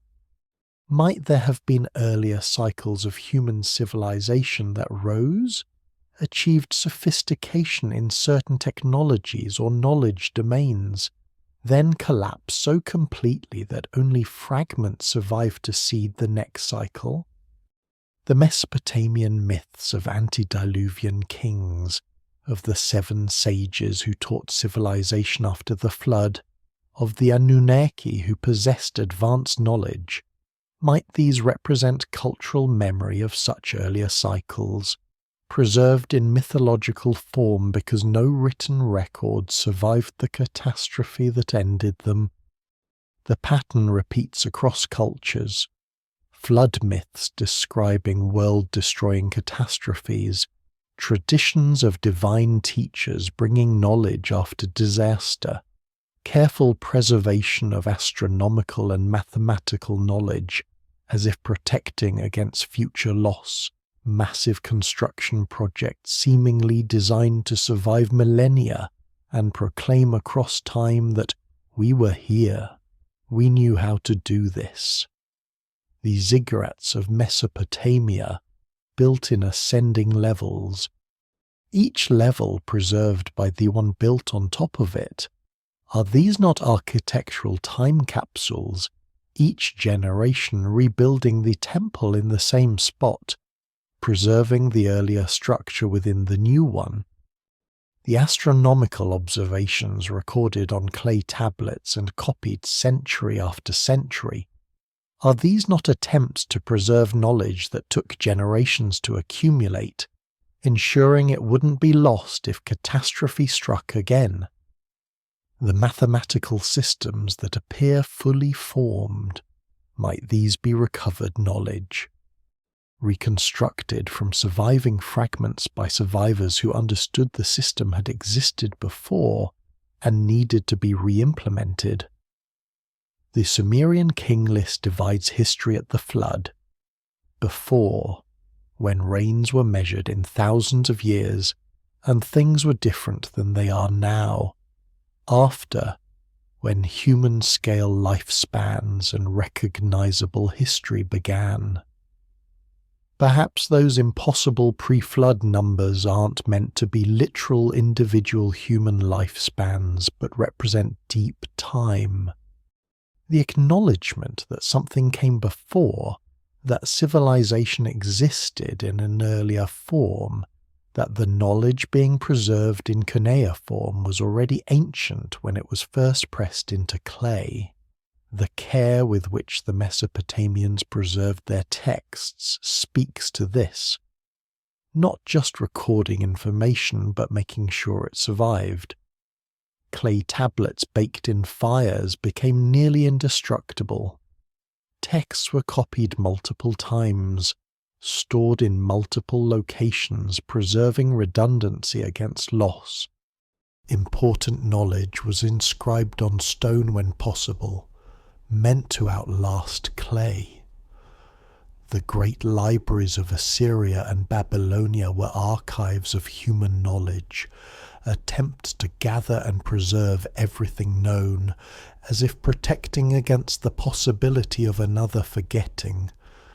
What if the Anunnaki weren't extraterrestrial visitors, but the cultural memory of earlier humans who achieved knowledge and then lost it, remembered across the catastrophe as gods because their capabilities seemed superhuman to the survivors who inherited only fragments? What if, quote, 41 simply meant those who came from before, from the lost time, carrying knowledge from the previous world into the new one? What if the myths of creation, flood, and rebuilding are humanity's way of remembering our own cyclical history, rise, fall, preservation, recovery, encoded in religious language because that was the only framework available to transmit historical memory across generations when writing didn't exist or had been lost? The question isn't whether ancient peoples were visited by aliens or possessed impossible technology. The question is whether human civilization might be older, more cyclical, and more fragile than we assume. Whether we might have risen and fallen before, each time preserving fragments for the next cycle, each time losing more than we saved, each time struggling to remember what we once knew. The tablets pressed into clay 5,000 years ago might be the latest iteration of that struggle.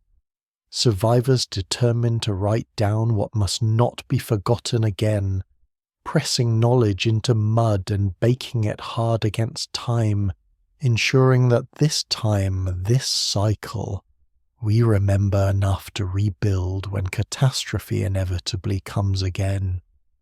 And so the mystery remains, suspended between what we can prove and what we can only wonder about, between the clay tablets resting in museum cases and the questions they still hold after 5,000 years of silence. The Anunnaki, whether gods or memories or something we haven't yet found words to describe, exist now in the same twilight space they've always occupied, neither fully myth nor fully history, but something that lives in the space between, in the questions we keep asking across the centuries. Tonight, as you drift towards sleep, you're connected to those ancient scribes who pressed warnings and knowledge into wet clay by lamplight, working in the darkness of Mesopotamian nights under the same stars we see now, only brighter then, undimmed by the cities we've built. They were trying to reach across time to us, to anyone who would come after, pressing into mud the things that mattered most, the things that must not be forgotten. And here we are, thousands of years later, still reading their words, still wondering what they were trying to tell us.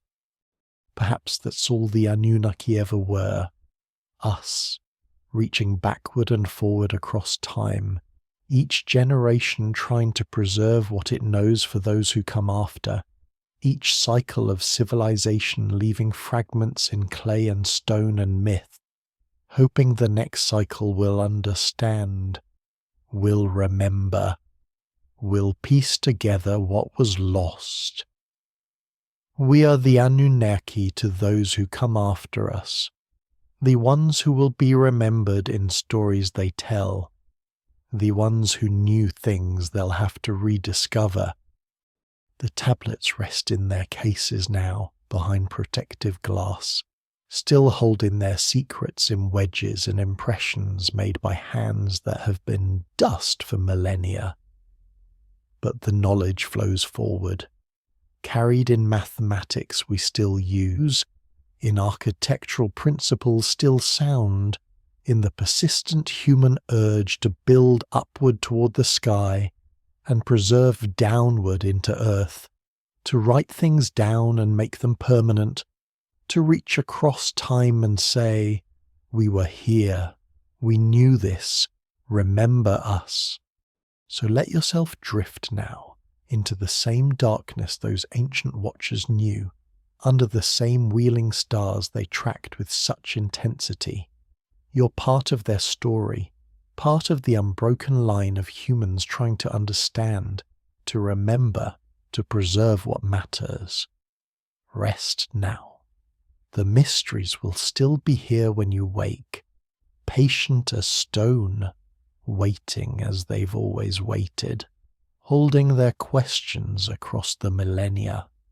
Sleep now. The ancient world keeps its vigil.